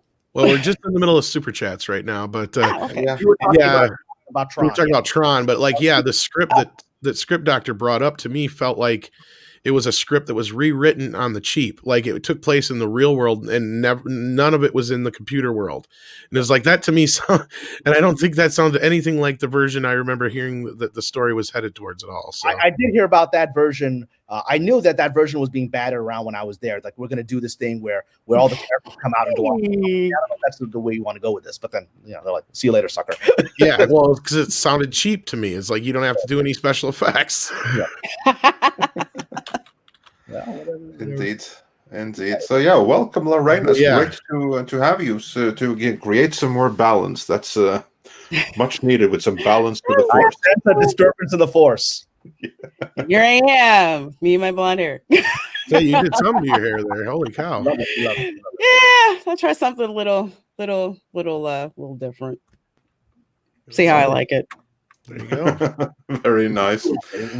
We were doing super chats, and we have one that came in just very recently, and I think it's an apt one, especially now when we have another YouTuber in Lorena Creole. Says, "Hey, Lorena Creole." Hello. And you are also a YouTuber, so everyone should check out her channel, which has some great content as well. So I'll be putting the link in the description of the video. But Willie Woodward, he said for $5, "Hey, Kamran, why does Hollywood hate YouTubers so much? Wouldn't they see it as a great way to get direct feedback for free?" I mean, it's people. The only people that hate YouTubers are the ones that feel that YouTubers are taking away their control of the narrative. So, those are people that already are not interested in fan feedback. They're interested in fan indoctrination. So everyone else, like Mr. Favreau, I'm sure he loves YouTubers. He's like, okay, now I know that, the audience ain't reacting to that. Let's move it in this direction, right? And you know, that's a smart business person, which is getting feedback, right? Whereas these people who are like, I'm not interested. You're here to take what I'm serving you, you stupid peon who is, you know, illiterate. I'm going to teach you what you need to know about life and ideology through my great thing. I don't want to hear your feedback. So they see you as a threat because you rile up the audience and take their power away from them. Yeah, what I've been told from people on the inside as well, and obviously I'm not going to say any names, but yeah, we're seen as scum. We're seen as bottom feeders. We're seen as, oh, what did you do to earn your spot? Where all the people that we would consider access media don't understand why people gravitate towards us because you're telling exactly your feel in their hearts. Yeah, we're not getting goodie bags and all that shit. Yeah, go ahead, Lorena. Yeah, I was going to say also the thing is that we don't require a gatekeeper. Because, you know, we're out here and we're in this new media. We're not in the Hollywood machine where they control who talks to who can do work with who can let certain opinions out. You know, you're not dealing with PR firms who are allowed to say certain things. You're out here in new media. We're just like, I can just tell you exactly how it is. I'm not, you know, on your payroll. I don't have to go through your gatekeepers to get that opinion out there. And they don't like that because they cannot control that. Yeah. And I think we've told it enough times and we're far enough away from it that you could probably tell the Jim Zub story, Andre, again. Jim Zub, I know the story. Who's that? Yeah. Jim Zub. He's a writer for Marvel's Conan the Barbarian, and like the comic book title. And about 1 year ago, we had an interview with him, and he's a really, really good guy, I have to say. Like, for instance, you know how you have many writers associated with Marvel that will disparage fans and overtly politicize things, and he's not one of them. Like, there you have good guys within Marvel, and he's one of them. Mm-hmm. And when the whole Coof thing hit, he was one of the people that even told retailers, it's okay, you can return unsold copies of my books. Wow. So he's one of the good guys. Mm-hmm. And Midnight's Edge just so happens to be the foremost channel covering all things Conan on YouTube, because I'm a fan of Conan. So later we've had like the Fredrik Malmberg, who owns the entire Conan library and runs all the movies and everything, had him on and everything. But at the time, 1 year ago, when we wanted to do something with him, it had to be cleared because for us, we are like the toxic fandom menace kind of, and there was some pushback for that to happen. It didn't happen all on its own. In the end, of course, it was like they decided that, you know what, we're going to do this anyway. Which we're grateful for, and we hope to have him on later because he's a good guy, and he's actually been doing really, really good writing Conan the Barbarian. It hasn't been getting enough press because, like, here in our service, like, we like to cover stuff like I Am Not Starfire and the Teen Titans and stuff, whereas the good stuff, like what he's been doing on Conan, kind of like doesn't get enough coverage. So yeah, we do get some pushback for people that we want to reach out to, and I know that you also have have a story with some Pixar people that we wanted to talk to. Well, I was just going to say I did send you an interesting story about Conan last night, Andre. I didn't know if you saw that yet about. Yeah, Conan. I know exactly what it is. Okay. I mean, this is like really nothing special. These are just. We'll do a separate video on those. Like, I didn't know if that was not a new relevant. title as per se. So that's like the Blaze translations of the French Conan editions from Glenat. So it's nothing newsworthy per se. But the Pixar story is pretty short. I guess I can make a short version. We did a Pixar video, and in the process of, we were working with somebody who knew somebody in at Pixar, and we were, getting info for the video and whatnot. And we did what we thought was a really fair job in the video. And I even went against some of my own better judgment in the video as far as how the Lassiter section was handled. And in the process of this, we're like, all right, well, the individual that we were working with thought they could maybe get us an interview with some people over at Pixar. But then after the fact, it got back to us that, no, we can't do that. You guys are a bunch of misogynists. They said it that bluntly to you. Excuse me? Yes. No, and then after the fact, I'm like, you know what? I wish I'd have done the video I originally wanted to do, because I was going to call bullshit on the whole Me Too thing with Lasseter, because I saw it for what it really was. Some young up-and-comer who didn't like having to do the work, and when somebody who was a veteran told them how it should be done better, they cried Me Too. That's what it really was. Regrettably, from somebody, oh, sorry, go ahead. I was going to say, from someone on the outside looking in who loves Pixar, that did not pass the smell test for me. I'm just like, there's something else going on there. Well, bringing up the stuff about last personal revenge. All of this, it's all personal revenge. I'm sorry, I interrupted later on because I have a story to share about. Go right ahead. Because me on the outside looking in, it's just like, what do you mean? John Lasseter has done all this work for years. For me, John Lasseter is Pixar. So where the heck is all this stuff coming from all of a sudden? It just does not make sense to me at all. Of course, John Lasseter left. So now I guess they went to like Skydance animation, like over on Netflix. And there's like this exodus of animator talent from Disney going over there because they're following Lasseter. I don't know Mr. Lasseter. I've never worked at Pixar, but when this situation was happening, the general sort of, whispers amongst my colleagues was, yeah, man, he's being set up, right? I mean, they're like, because nobody, especially at that time, was like, you couldn't say a thing about Me Too. Everyone literally was whispers, like it was whispers at the water cooler. I was like, dude, he's being set up. And it's like, and so that's how scared everyone was at the time. It's now faded away because, now it's like, whatever, it achieved its objective and now nobody cares about sexual harassment. I mean, the real sexual harassment has always happened. It's happened back since the silent movies. There was, back in the 1920s, one of the first silent film stars actually sued someone for sexual harassment. And this is an old thing, right? She had the guts to do that in the 20s, right? And so this is the people that have been doing this have been protected and will always be protected. And then whenever someone needs to use this for political purpose, it comes out. I will share with you something. I was working on a show that never got on the air because of this stuff. I was working with Oliver Stone on a show for Showtime Networks. And I'd worked with them on Sleeper Cell. This was going to be a very exciting show. Oliver was developing a show set in Guantanamo Bay, sort of looking at the trials. It was a drama fictionalizing one of the trials of these insurgents held at Guantanamo Bay, right? And it was a really complex show. And, Stone has his perspectives. And so we had written the season. And even though I never met him, one of the people that was on the masthead as an EP of the show was Harvey Weinstein. Okay, because Oliver had brought Weinstein, and Weinstein to Showtime, and together that was the powerhouse that sold the show, right? And then suddenly all the stuff that happened with Weinstein came out literally as we, in that fall while we were writing. And when that came out, I called, an assistant who was working the show that night when the stuff started breaking. I said, you better start sending your resume out because we're all done. And I was right. We're done because we were then, you were a Harvey Weinstein show. You're done. We're never going to put this on the air. Now, Mr. Weinstein has been known in the 20 years that I've worked in Hollywood. He was known for all of his stuff. I knew about it back in 2001, and the entire system, it was the big joke of the system. Everyone played along with it. And without revealing names, there are famous actors and actresses that served as pimps and madams for him. Right.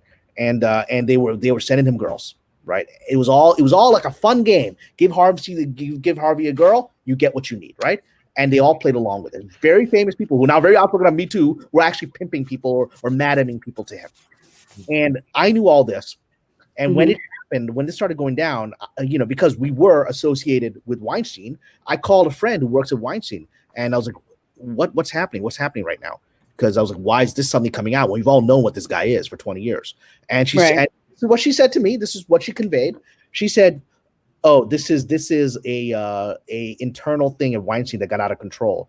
Basically, he and his brother Bob were fighting for control of the company. And so Bob, according to her, I don't know that this is true, but she said Bob, or faction supporting Bob, leaked out some stuff in the hopes of trying to embarrass Harvey in order to get a better deal in the situation. It just happened to hit at the exact moment the Me Too stuff was starting. So it was lightning. So suddenly this thing exploded. And not only did Harvey became the focus of Me Too, suddenly the Weinstein Company itself collapsed, which wasn't the agenda. The agenda was to try to push him out, or it was a political play. And suddenly all of them lost their jobs, and the people behind it were like, the company essentially ceased to exist. And I watched that happening real time. It was a revenge play, a political play that was then utilized by people for ideological purposes. And everyone's like, how do we get out of this situation without all of the secrets coming out? These are the conversations. Like, how do we make sure XYZ actress's name doesn't come up, that she's been in girls for 20 years? How do we make sure that doesn't get out? So the whole thing was a political play that exploded. And now, and I said this at the time, I said, I think it was 2016. I said, 2016 will be the year of Me Too. 2017 will be the year of the Me Too backlash. And 2018 will be business back to usual, where we're back at the casting couch. I can tell you the exact moment when Me Too was over. Tell me. The exact moment. The exact moment was when the person that right now is sitting in the Oval Office, when the stories became about him, then all I agree. I didn't want to say that out loud, but that is exactly in my mind, and I was like, up until that point, it was guilt upon accusation. But from that moment on, proof was required, and you even had some of the female leaders that had been there at the front demanding that no, guilty upon accusation, especially in the case of SCOTUS person whom we do not like, then absolutely no proof was required. But now when it's someone that we are that we are standing behind, now proof is required. Yeah, and that was the end. Yeah, and now we're back to normal. Like I said, this is going to be a crass joke, but it's a joke about this industry's evil, which is that the casting couch is back. And it never went away, but it's back now. The problem is because of everything that happened last year, now it's basically OnlyFans, because all the casting is done online. You're actually never in a room with an actor, right? So everyone's like, all right, do it, take off your clothes online. I mean, that's how ridiculous this town is, right? It's basically become, all right, baby, if you want the role, strip on camera. Well, that's the other thing. This idiotic industry that I think is stupid is like, yeah, okay, you can call this out, and it's like you said, Cameron, it's always been a part of the industry. And the reason is because there's women who are willing to let it happen. And I'm not trying to victim blame here, but like you said, there's always going to be another woman who's willing to do what you're not.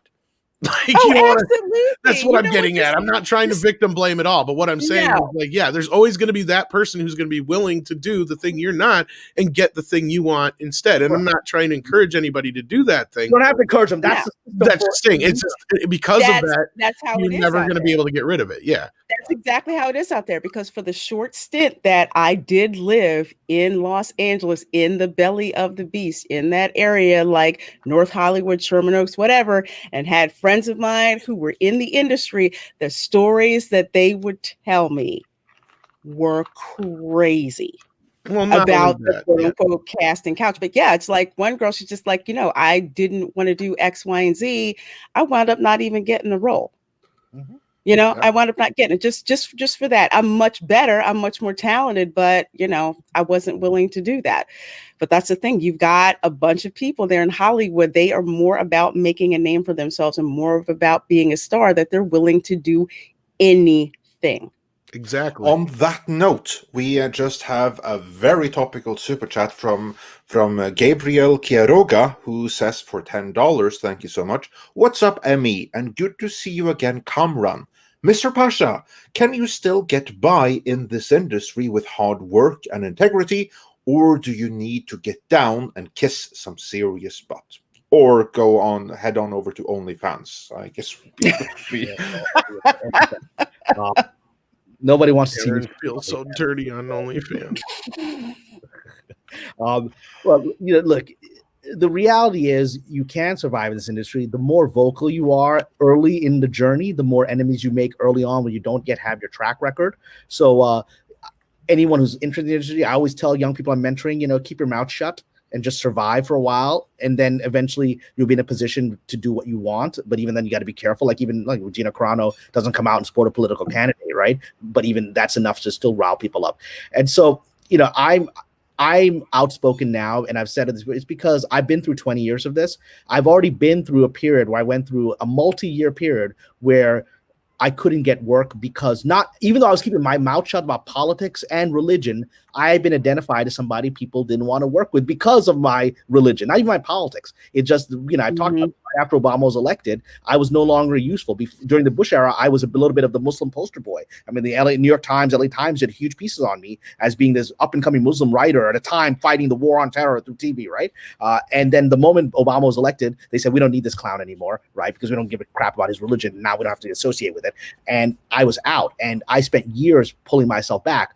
And whatever I have now is purely through taking it with the force of my will, because I already have all these adversaries, not for anything that I did. It's just because I was labeled as the Muslim troublemaker in town, right?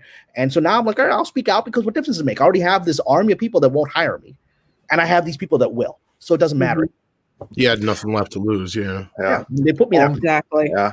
On that note, I have another question, but first we're gonna again something topical.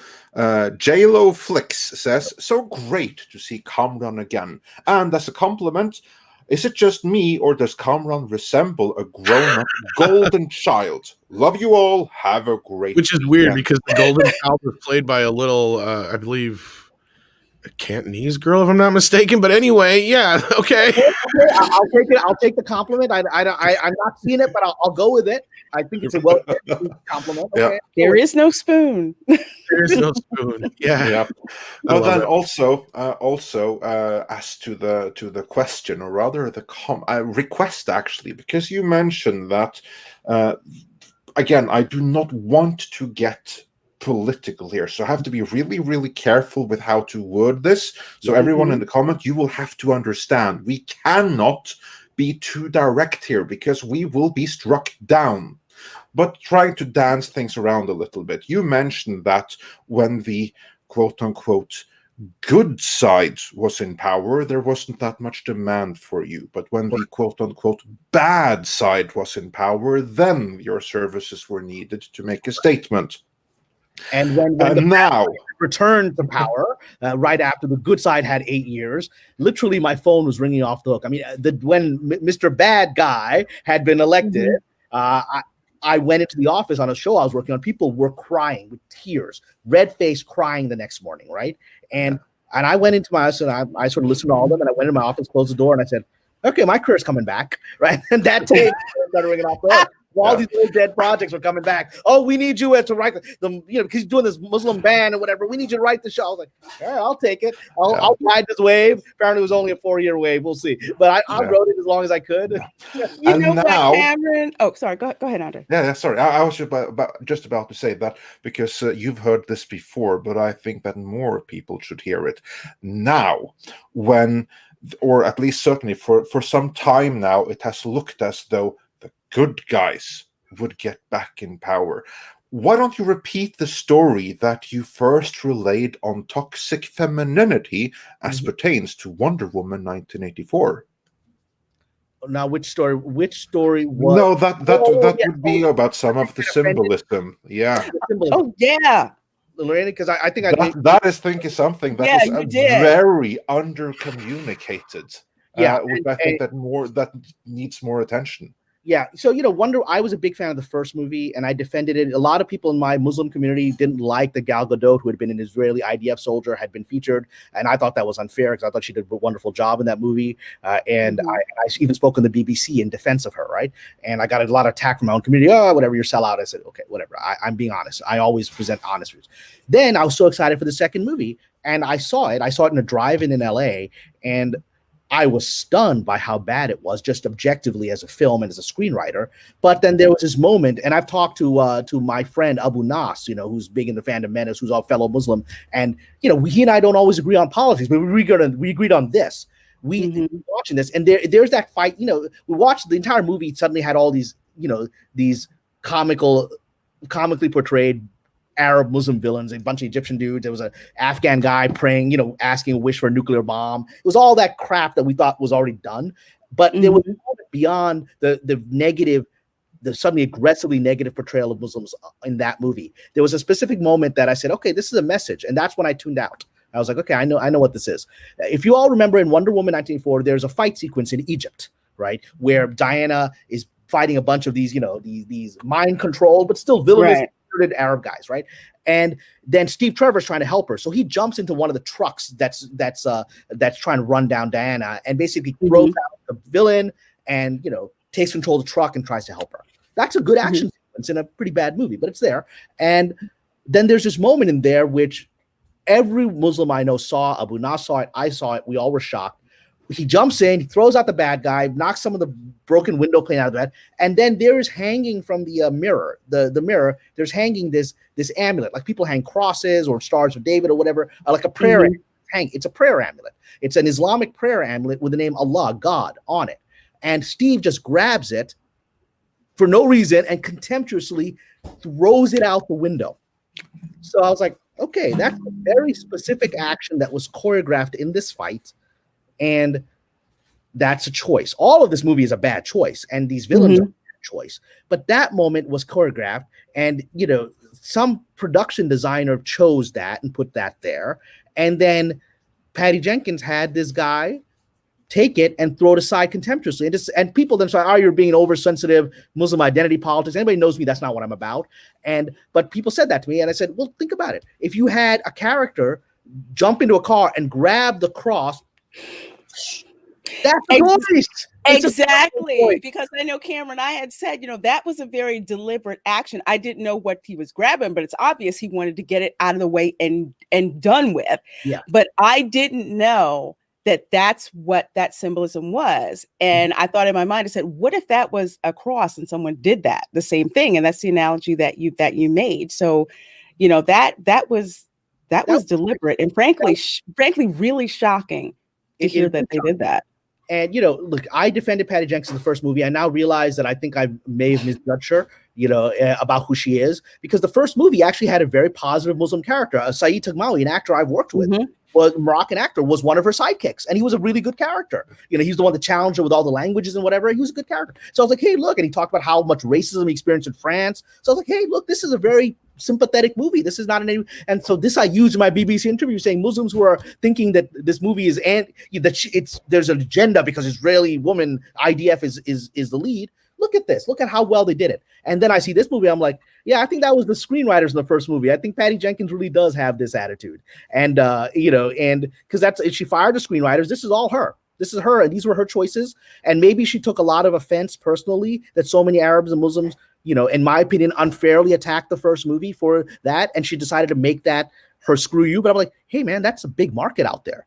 What are you doing? Like my friend who, even if they grumbled about Gal Gadot, loved the movie. And now when people heard about this, they stopped tuning in. They're like, well, I'm not going to watch this. That's a market. Why are you offending this market? There was no reason for this.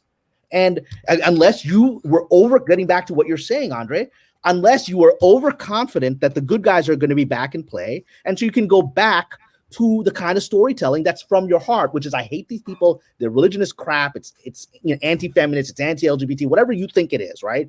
And I don't like their views on Israel. And finally, I can stop pretending that they're my ally. And I can go back to the storytelling I want to do, which is what happened during, 8 years of Mr. Good Guy, and what happened immediately when they thought they had this thing locked up. And so, I said this months ago, and I said this probably on Lorena's channel. I said this, that if Mr. Good Guy wins this election, right, my career is going to go through the same nonsense I went through before. And here we are. Yeah. It's like, so that was a story there. Yeah. Yep. That's the town. That's the town.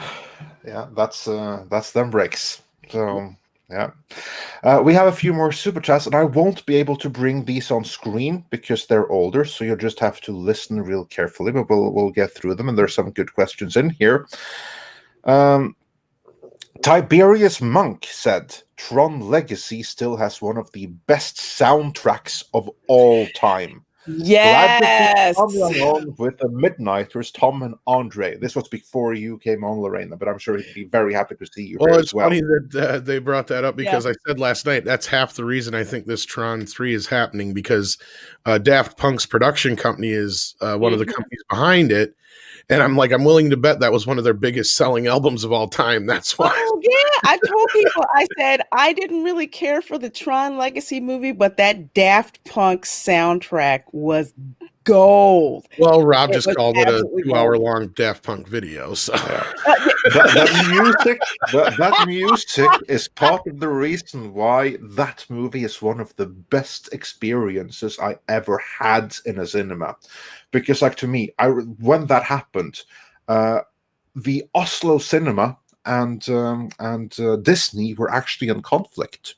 So not a single cinema in Oslo, which is the capital of Norway, for those that do not know, and the city where I reside, wouldn't show it on cinemas. So I had to leave Oslo. So me and a few friends, we bought tickets to in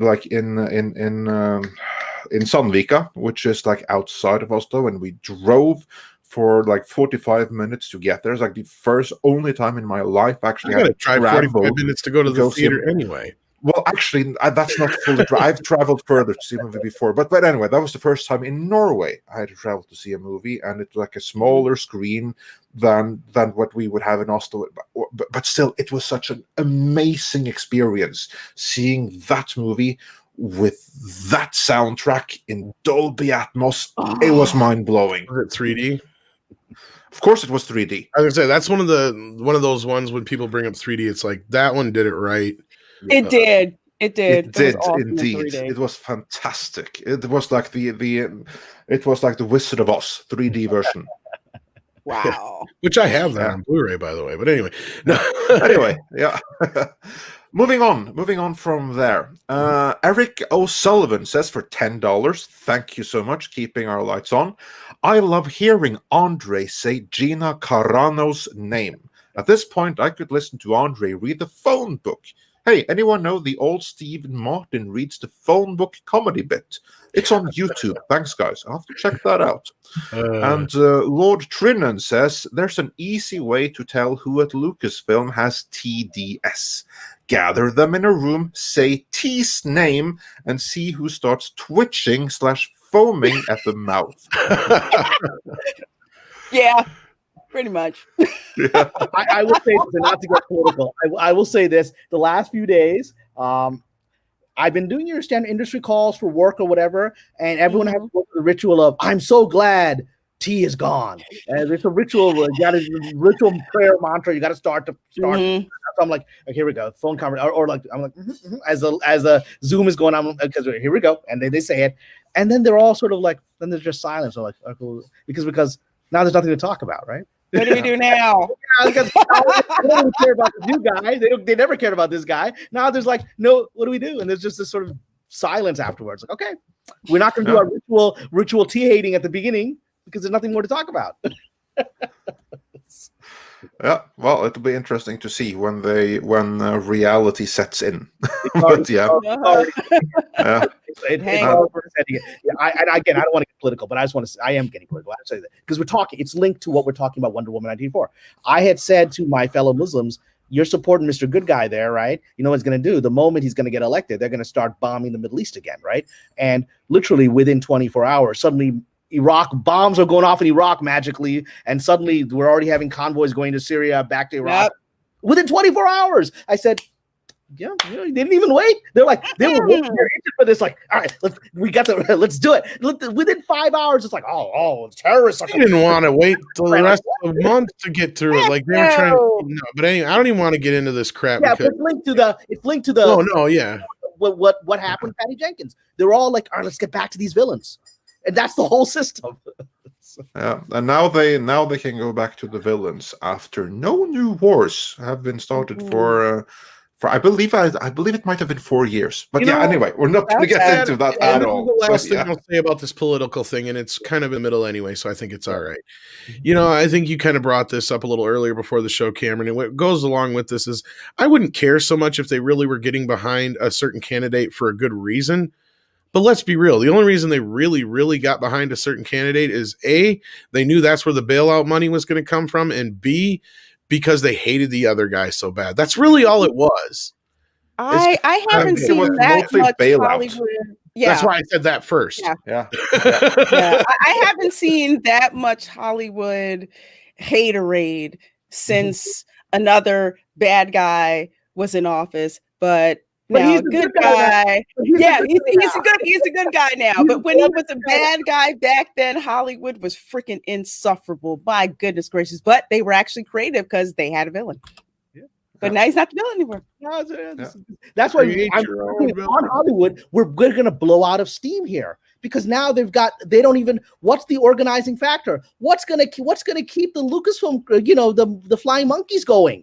Is Gina Carano going to be the new villain for the next 4 years? I mean, what do they got? And unfortunately, it's going to be people that look like me, because it's already started. I mean, it's already. Oh my goodness.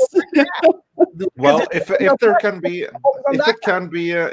be any kind of consolation, I did read an article. I believe it was in either Variety or the Hollywood Reporter, with someone that says that no, Hollywood now is when we really need to start ramping up the anti-T content like ever before, so that we can really shame more than half the nation, as well as prevent someone like T to ever rise again. Someone worse than T will rise because of that. Someone, and T will be like, this little pussycat, this guy that sort of just made some grumbly comments and packed up and just left. You're gonna have a dude who says, "No, this Constitution don't work no more." That dude is coming. That dude is coming. Have you seen the OBT memes? Strike me down, and I'll become more powerful than you could ever imagine. Makes sense. To take this conversation a little bit back towards other things, like we have to before we're struck down. The good point is, I think Cameron.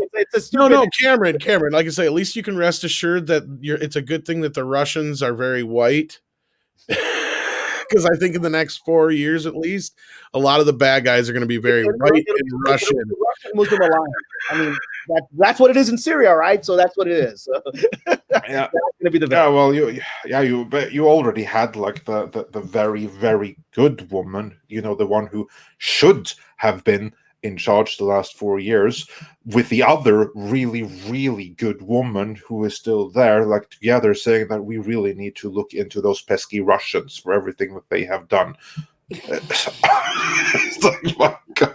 You remember when Russian bots were the ones behind the attacks on the last Jedi? It is what it is. Let's get back on the train. Back on track. Back on track. Jesse Miller at the Crow's Nest says, Andre, police say, "Oh, I'm afraid of this. Now I have a machine gun. Ho, ho, ho." Okay.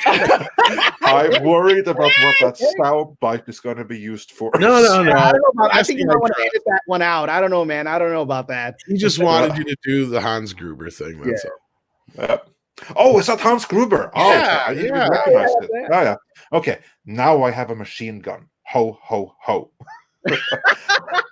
He read the note from his dead dude that the Bruce Willis took out, and he had a little Christmas note on it. Now I got a machine gun. What does it you say? That was such a great movie.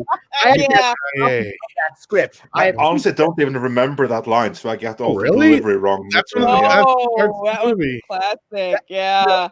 I have 2 scripts in my desk drawer that I keep as examples of superb screenwriting. One is Pirates of the Caribbean, the first movie, and the second is Die Hard. I have both those scripts in my desk to look at for inspiration.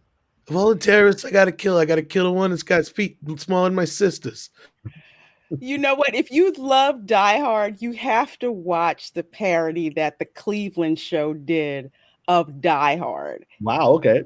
It is freaking hilarious. You could tell whoever wrote it, they loved Die Hard the movie. They just, instead of, John, it was Cleveland instead. And it was hilarious. It was hilarious. It was great. Oh yeah, and Jesse Miller also says, "See, that's what super chats are for." Yeah, exactly. I just have to make sure to be up on my Die Hard. You're pretty close. It's now I have a machine gun. Ho, okay. Ho, Ho. Okay, I'll do it one more time. Yeah. Good job, man. Perfect. Yeah. Now I have a machine gun. Ho, ho, ho. He's How's pissed. that?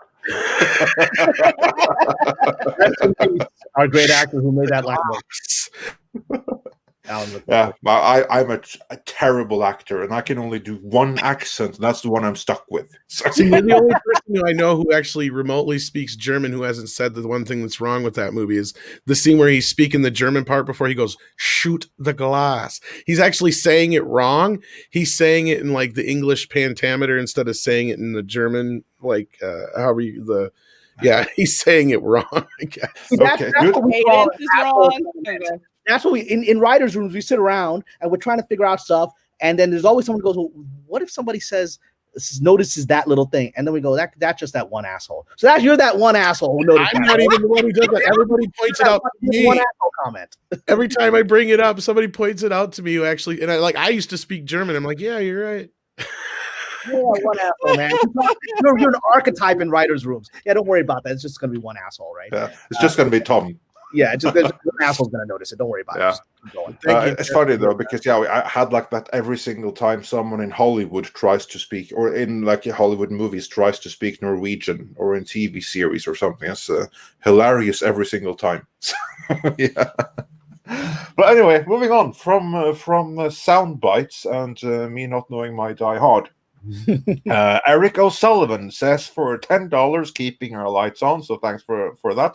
Kamran, between Carrie, Doomcock, and now, I'm in love. You have great takes, and I value your input. I've wanted an Arabic tattoo, Hark al-Ada, a Dune reference celebrating 15 years no cigarettes. What do you think? Well, congratulations, 15 years, no cigarettes, right? That's wonderful. I'm glad you're taking care of your health. Do whatever feels good to you. As a traditional Muslim, we don't tattoos are seen as altering your body, and so traditional religious Muslims don't do tattoos. Nowadays, sort of the more cool hip Muslims got lots of tattoos, right? And Arabic tattoos are very popular. Do what's good for you. I don't do tattoos, but if it's what you need, do it, man. Try it out in henna. I do believe Muslims are quite fond of that. Oh, we love henna. You can wash it off too. That's great. Yeah.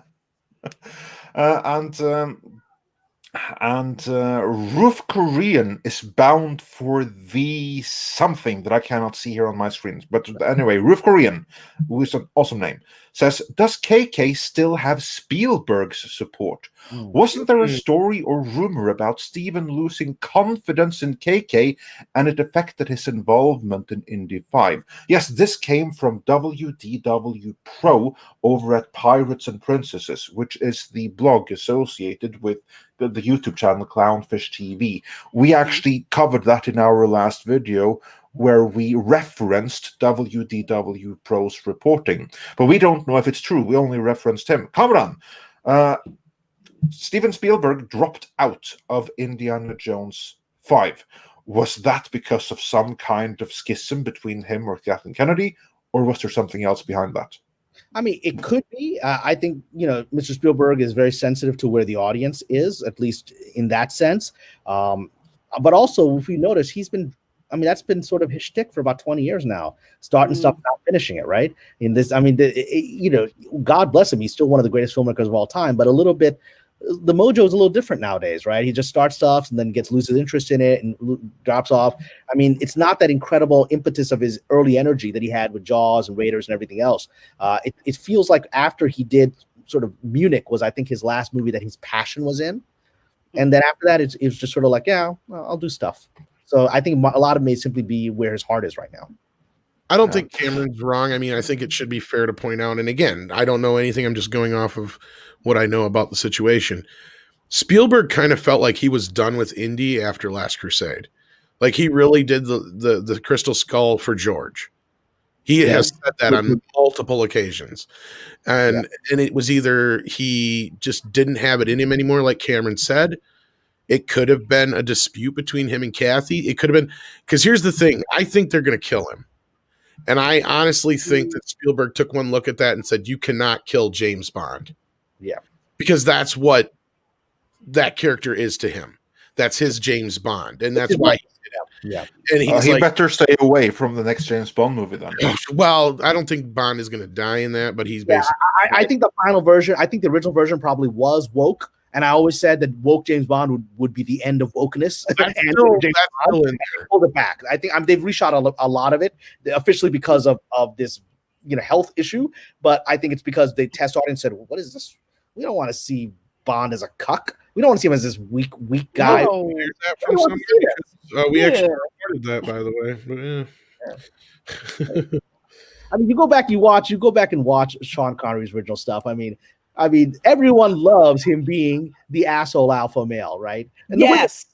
They love it. Absolutely. I grew up watching the Bond movies, not too many because my parents wouldn't let me, but the ones that I did see, the ones that edited ones, I was like, he was awesome.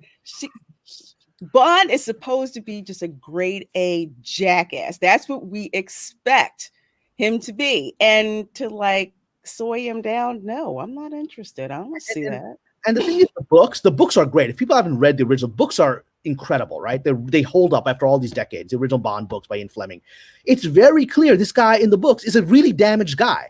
I mean, it's very clear. Fleming portrays him in the books as is essentially emotionally and psychologically damaged, incapable of having relations with women properly, and he keeps having his heart broken because of his own damage. This is who the guy is supposed to be. They've actually softened that in the movies, because the original book, he's a ruthless killer who cannot function properly with women. And his misogyny comes out of a little bit of self-hatred. It's very clear in the books. You take that away, you take away who he is. And also, very topical, Bogue says The Rock, this would be the Michael Bay movie, is the canon ending to Connery Bond. I subscribe to this. Yeah, I was going to say that's a common. I like that movie. Rob and I are not a fan of fan theories or fan, these kind of things. Like, oh, so-and-so in this movie is actually this person, blah, blah, blah, blah.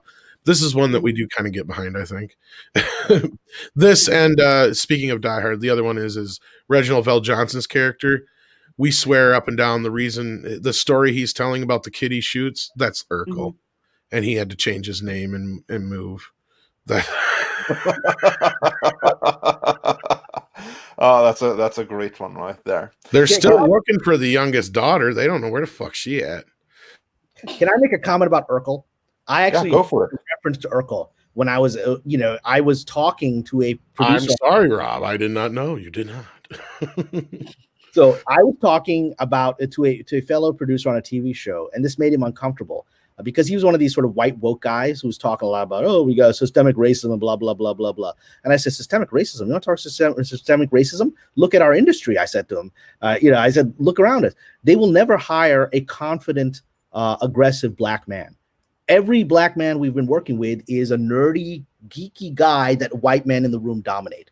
And feminized and non-threatening. Exactly. And I've interviewed, like, we had people come in. It's like, this guy's charming, aggressive, confident. He's a leader. We need him in the room. Nah, we're going to get this Urkel. And I said it, and the guy got so offended because it's true, because he didn't want, and my thing is, they think they're hiring an Urkel when they hire me, little Pakistani brown guy. And then I end up becoming the loudmouth in the room that says, no, that doesn't work. No, we got to do it this way. And they want me back in that box. That's why I use that reference, because we were having this sort of intense moment. I was like, I'm not going to play this Urkel thing. You guys thought you got an Urkel. You didn't get that. You got somebody who knows what he's doing. And let's just say I didn't work out much longer on that show. Yeah. Again, that's why I always want to point out that you're an MBA. You have experience from practicing law. You are far more skilled. Mm-hmm. You are far more skilled than any of the people that are supposed to basically run the writer's room. You have 10 times their skill in any field that can be mentioned. And that obviously is threatening to them. It is, because again, the image was, I'm brought in, it's especially when I was necessary for PR purposes. We got the Muslim guy to fight the big bad, right? And the goal was to get this guy, have him in for FaceTime, shut up and do the work and sit in the corner, right? And I would very quickly start asserting myself because that's who I am. And very quickly early in my career, I said, oh, okay, maybe you should just keep your mouth shut if you want to keep the job, because they don't care that you understand this better than them. In fact, it offends them. That's not the role you're supposed to play. You're the wallflower there for the PR purposes, right? For the identity politics.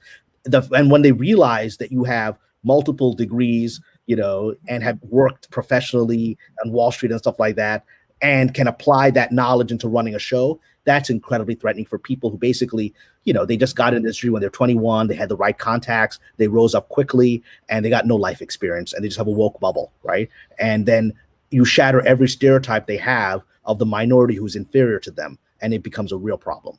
Yeah, because it's that tokenism that they like to have. They don't want someone who has the merit and the talent to do the job that just so happens to be wrapped in a different color skin.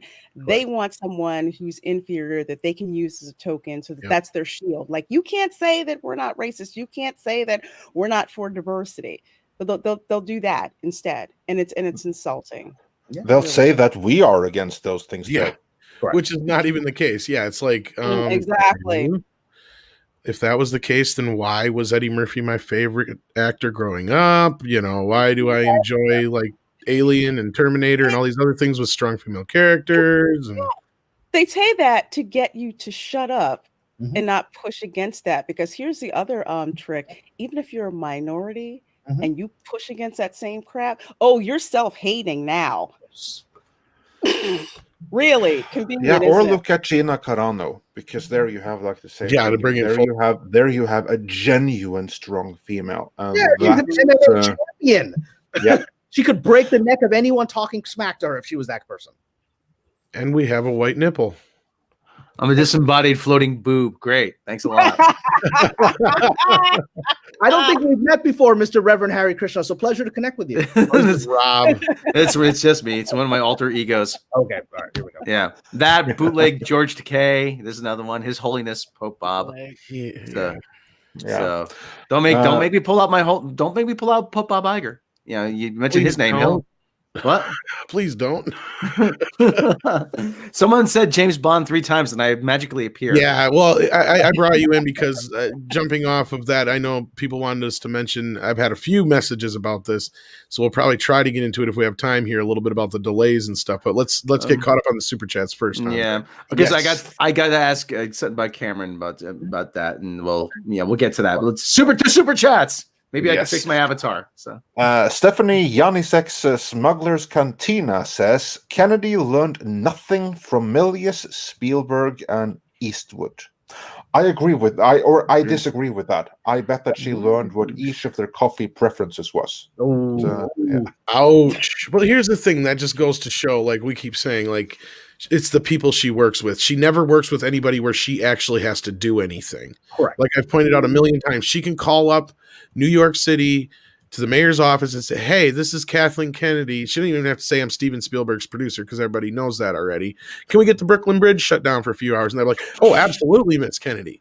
But now if Kevin Smith's producer calls and says, hey, I'm Kevin Smith's producer. I need hello. Hey, buddy, call here again. I'm calling the cops. Okay. Exactly. But anyway, we do have to actually say goodbye to Lorena. She has some work to do. Oh, okay, Lorena. Well, I do. Bring me back on your channel, Lorena. I always enjoy our chats. Oh, awesome. I'll have Fat Steven tag with you and get you on. Definitely. We miss you, dude. Thanks so much for having me on. I'm glad I could drop in to hang out with you guys and you guys in the chat and all that. So it's always a pleasure to have you. Yeah. Have you with us talking, yes. See, the secret here is Lorena and I are like Afi and Sika, the wild Samoans. She taps out and I tap in. So no, she doesn't like you. You have more testosterone now. I tried, Cameron. I really, truly did. They did, but I switched around a couple of things so I could drop it. And see, she actually made the effort. So there you go. Yeah. Bye, everyone. Have a good day. All right. Take care. Thanks for joining us. Day, Lorena. It's a sausage party now. Great. Yeah. With that, let's get into some more super chat. Ironically, Mr. Tickletrunk, he said, and more Lorena. I probably should have brought that up like 30 seconds ago. I think she saw it earlier, yeah. And Andres Fernandez says, hey guys, why some great movies, really good, like Dune, Tron, or Blade Runner were not the box office success. Not the first and not the sequels. Is there a curse in these movies? Well, first of all, you called Dune a great movie. Okay, so that's where we got to start. Rob. Yeah, Kamran, your thoughts. Are some movies cursed? I'll have my say on that afterwards. But your thoughts as someone in the industry. Some movies are destined to be cult classics that resurrect, right? And that's what they are. And so I would agree that the original Dune, I watched it, I was like, okay, this don't really work, right?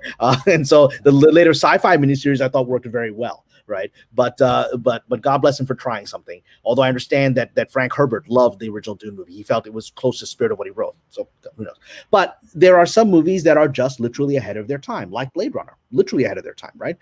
And so it takes a while for them to get into the audience mindset. But the very fact that we're still talking about, the very fact that 40 years later, Blade Runner has a sequel, and that person who made that sequel has become a very successful Hollywood director, is now making Dune, right?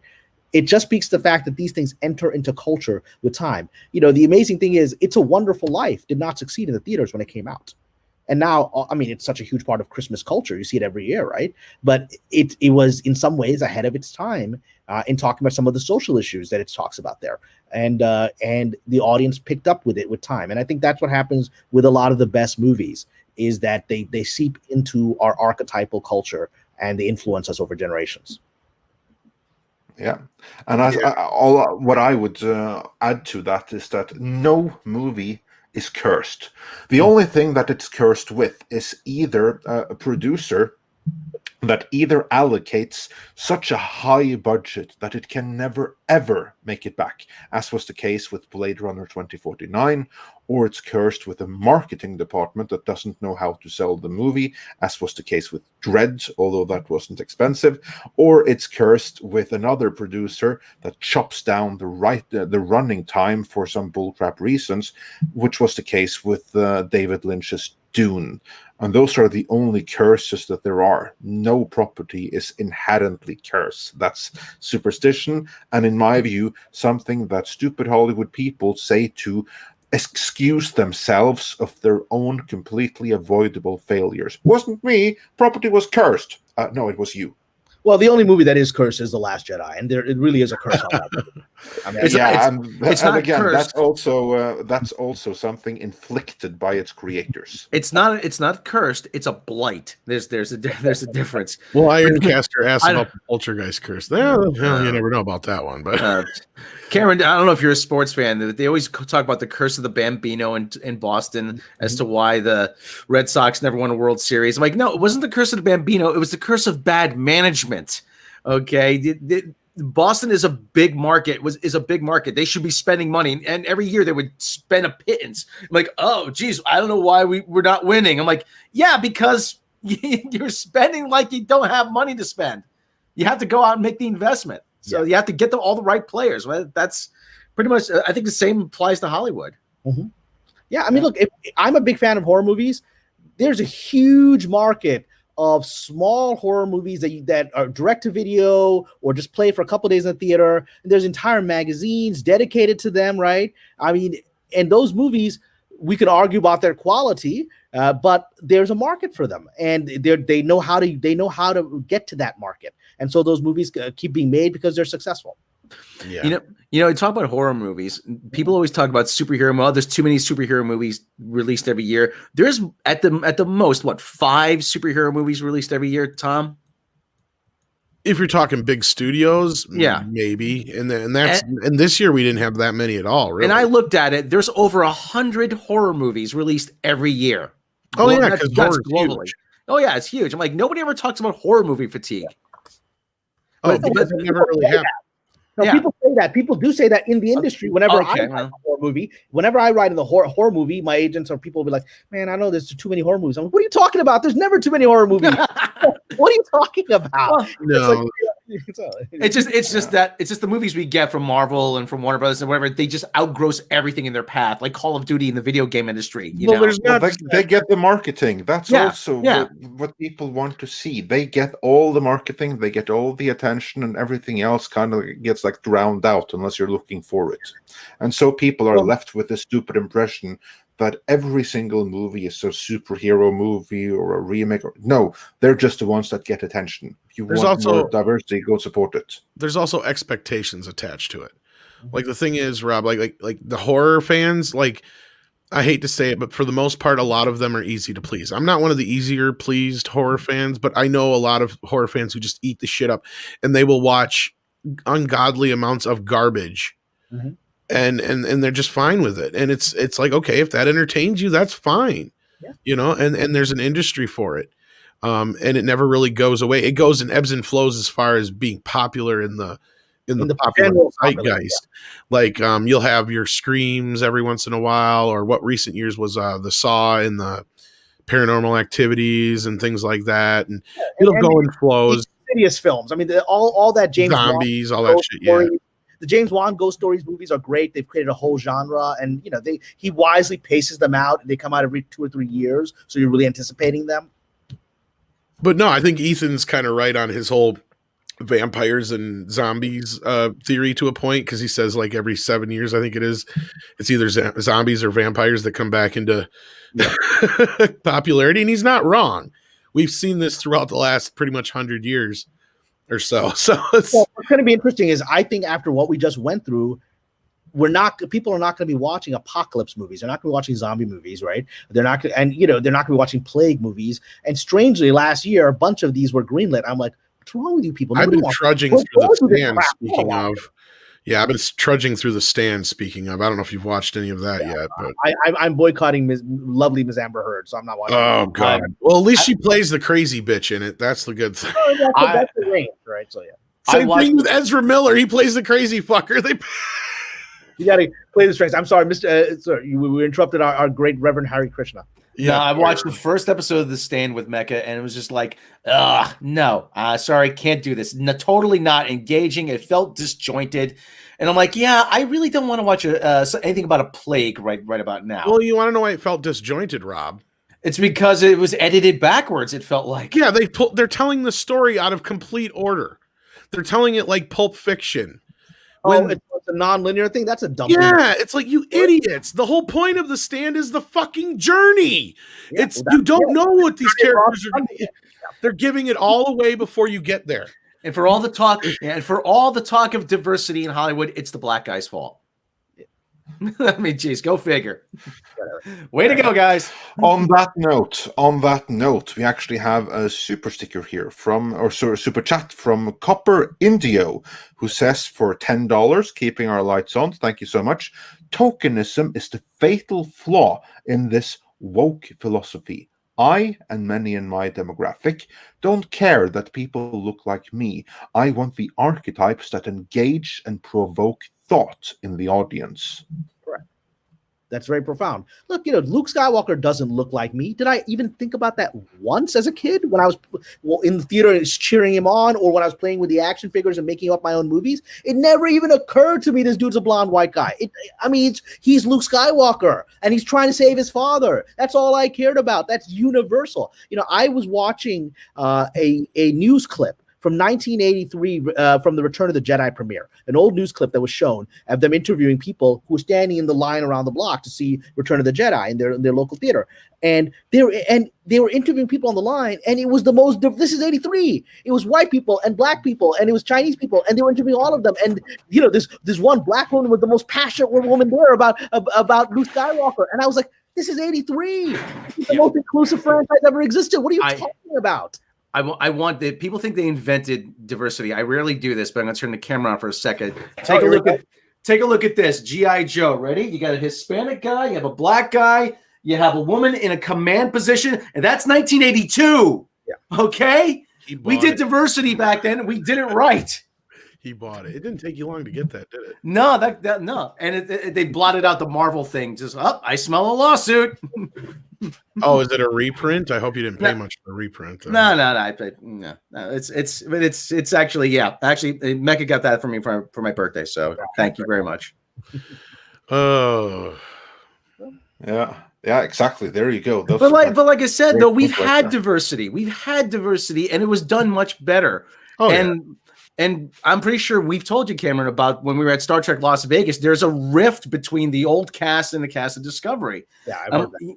Yeah, and they were saying, Roxana Dawson was saying, listen, I don't know why everybody think they invented diversity. We were doing it before then, and we didn't call attention to it.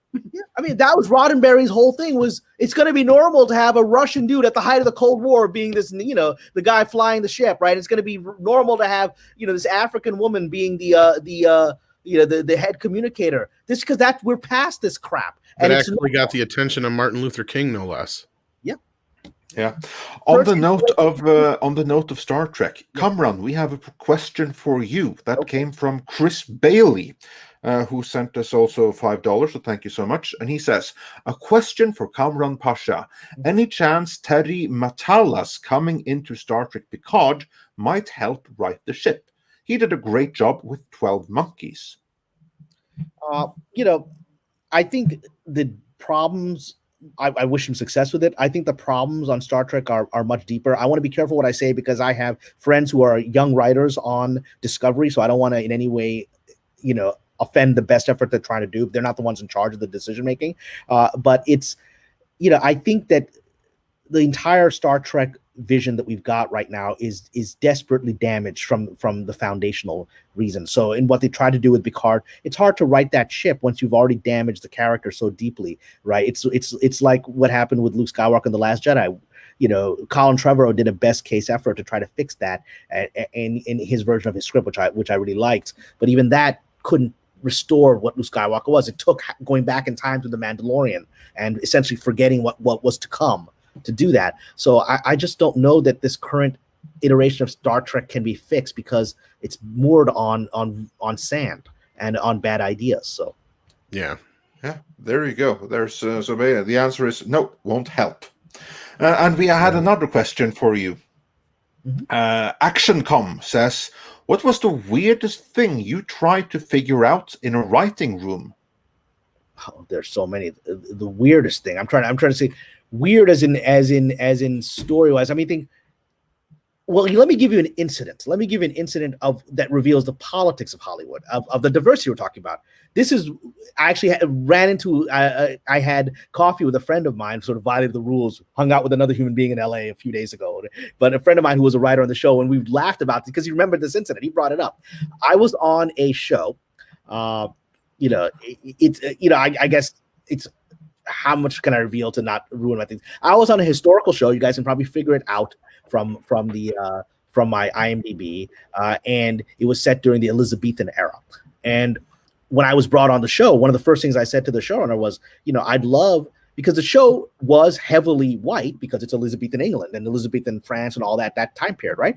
And I said, there were a lot of characters in that era, in Queen Elizabeth's court, in the French court, in the Scottish courts, that were actually minorities. There was a large gypsy population in Scotland at the time. There were Moors in London. There was enough Moors that Shakespeare felt confident writing Othello because they were part of the culture. They were being discriminated against. That's why he wrote Othello, right? So I said, why don't we take some of these historical characters who are minorities, because this show is very white, and I think there were some really compelling characters from other cultures that were in this environment. And they said, that's great. Why don't you come up with something? So I did. So I came up with the idea of creating an arc for an Ottoman prince who would have sort of this illicit affair with Queen Elizabeth. Queen Elizabeth had a very strong relations with the Ottoman Empire, right? They were allied. And so I came up with an entire arc. And then in the writer's room, I watched as I presented the arc that I've been asked by the showrunner to do. And I created a several episode arc of this prince and how he comes to London from the Sultan, his father, and their sort of forbidden romance and how it affects the rest of the show. And I watched as the rest of the writer's room, all sort of the liberal good guy voting crowd, tore that thing apart step by step, not for story, but just as like they kept changing that one character, the Turkish character. And so it started off in my arc, multiple episodes. Well, I don't think we can do multiple episodes. I think we can do one episode. Okay. Then the discussion went, all right, well, how do this character, I think this character, this Turkish prince needs to have sort of white guy sidekick, right? British sidekick, like a sailor who's with him. I was like, okay, we can do that. And then it suddenly became, well, I think that the British character is really the one that should be interacting with Queen Elizabeth, and this guy takes a little bit of the side thing. I was like, what? And then finally, at the end of the journey, was I don't think that this Turkish character should even speak English, And so the white guy basically is the translator for him, and he's going to have the love thing with Elizabeth. And at the end of that discussion, it came to it's just not that interesting a character. Let's get rid of the Turkish character. And I was like, what? I watched all of these good guy voting, liberals take my minority Muslim character based on a real guy and wash him out of the show. Wash him and being the jerk that I am, when it was over and the other writer said, we're not going to do this character, it's just not worthwhile, it's not interesting, and they made it uninteresting, right? I said, okay, and all right, I just want to say this is, and I said, okay, this I just want to say, and I've been like a week into the job at this point, and I said, I just want to say, we started off here with this multiple episode arc with this guy, heroic Muslim character who has an affair with Elizabeth, and we're now down to this guy being a psychic who doesn't speak English, and eventually you kill him out. So you guys did that. Why did you do that? Why'd you talk about diversity? Why'd you destroy this character that's authentic? And everyone stared at me because I was the new guy. How could I even say this to everyone? And then literally the answer was, it's time for lunch. That was the answer. Everyone got up, time for lunch. And my friend brought up, like, remember how you blew everyone away with your balls that first day? I was like, yeah, balls. It was balls, all right. It was anger, because here are all these white liberals talking about diversity, and then asking me to do that and do it authentically, rather than just taking a white character and making him black and whatever. And then they did that. They got rid of him because they weren't comfortable with this minority dude playing such an important role in the show. I was like, all right, that's it. And I said it to their faces. And, and my friend was like, hey, man, you blew us all away with your guts. I was like, yeah, I blew you all away.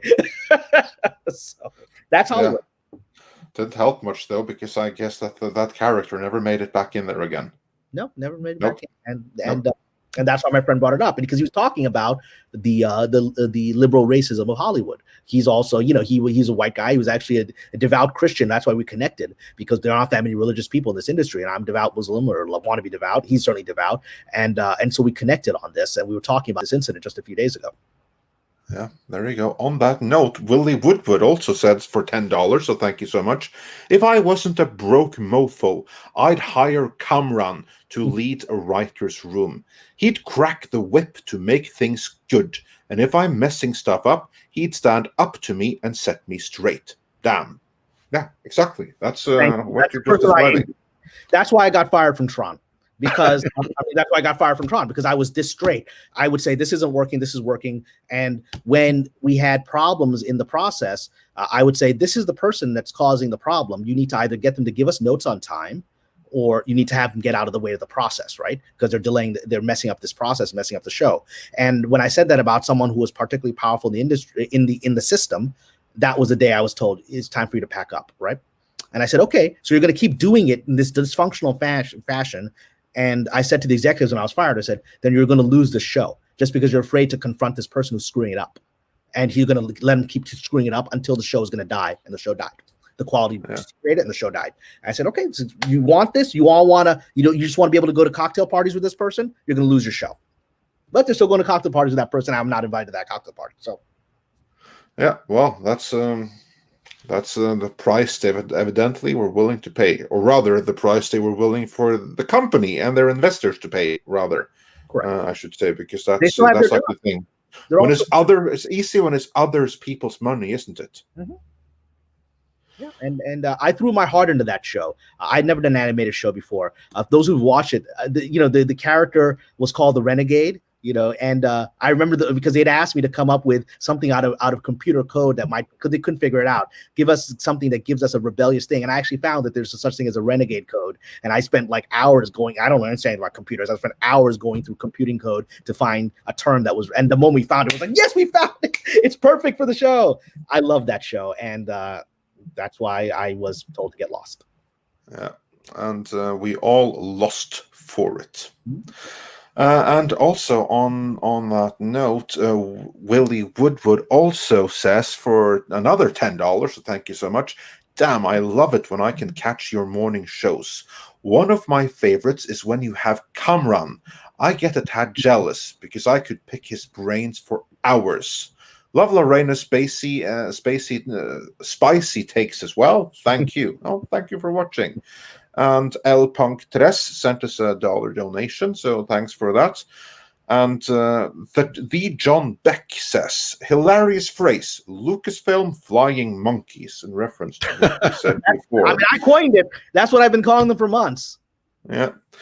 And Roger Haynes says, this is a question for you, Kamran. Do you think people want their investments to align with their personal values? I'm trying to understand that question. People, investments, I'll say it one more time. Do you think people want their investments to align with their personal values? I mean, now I interpret that to, like, for instance, if you're a vegan, will you only invest, for instance, in vegan products? Well, I mean, if you were a real ideologue, forgive any vegans listening, I think most vegans are very passionate about their particular food choice, right? I think if you're really passionate about your beliefs, that can affect them. I think most people who are taking the time to invest are looking for a return.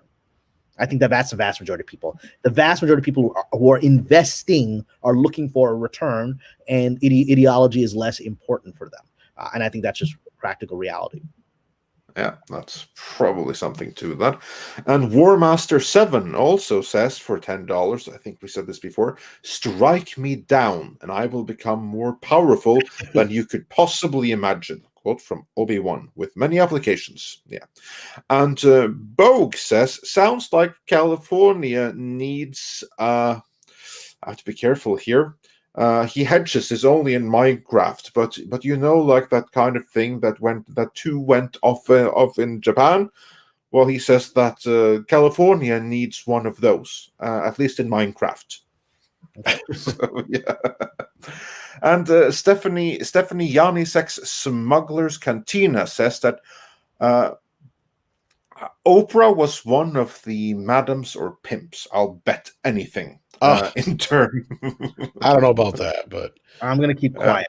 Yeah. You get a hooker, and you get a hooker, and you get a hooker. I'm gonna keep my mouth shut. I had some gentleman in the chat who's probably still there saying, if you don't reveal these names, you're part of the problem. Yeah, hey, no. No. Like, you reveal too much, and this whole channel will be struck down, because that's where we are. I will get a lawsuit for $100 million for defamation, and guess what? I don't have the money to defend that lawsuit, even if I can prove it. And so, no, I'm to make you, Mr. Grouchy Guy in the chat, happy by revealing the names that I know that I don't know personally. I didn't watch them do it. The names that people have told me that have been involved with the shady stuff. No, I'm not going to do that. You know, you can make your own guesses. Yeah, exactly. So, yeah, do that. And Mills says, someone said casting couch. Should I have not subbed to Pornhub? It's all video now. I mean, look at everything. The industry is collapsing. You know, I have several friends working on shows right now who are doing these Zoom writers' rooms. This is great for a general free-flowing conversation we're doing. To actually create a structured television show, this is an almost impossible task, right? Most people can't handle more than a couple of hours on Zoom. In a writer's room, we're spending 8 hours talking. And that's actually necessary. We're all there, we're vibing with each other, and we're on a board, we're trying things, we're crossing out stuff. Trying to do this on Zoom is a disaster. Everyone I know who's working in Zoom writers' rooms is depressed. Their shows are not going well. They're tired. They're not creating good product. The next couple of years, if we continue down this road of being locked down, which it looks like we will be regardless of vaccines and things like that, if that's the road we're on, it's going to destroy this industry. We've already had television shows. I had friends working on shows that were greenlit and that did this online writers room. And then after they handed in all the scripts, the shows were canceled. Once the network actually figured out the economics of attempting to film under the new union restriction for health and stuff like that, they realized it's not feasible to actually film this show under the new rules. So we're just going to cancel it.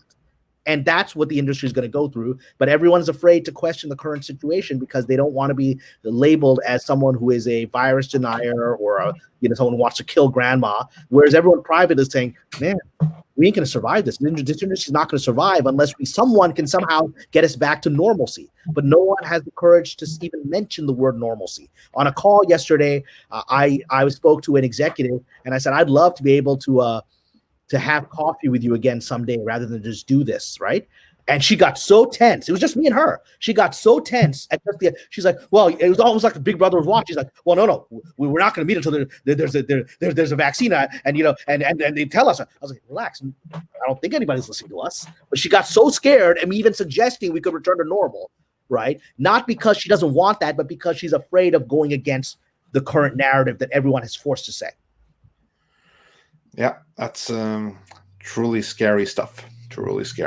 But and I think that's probably worse in Hollywood than anywhere else on the face of this earth right now, is my opinion there.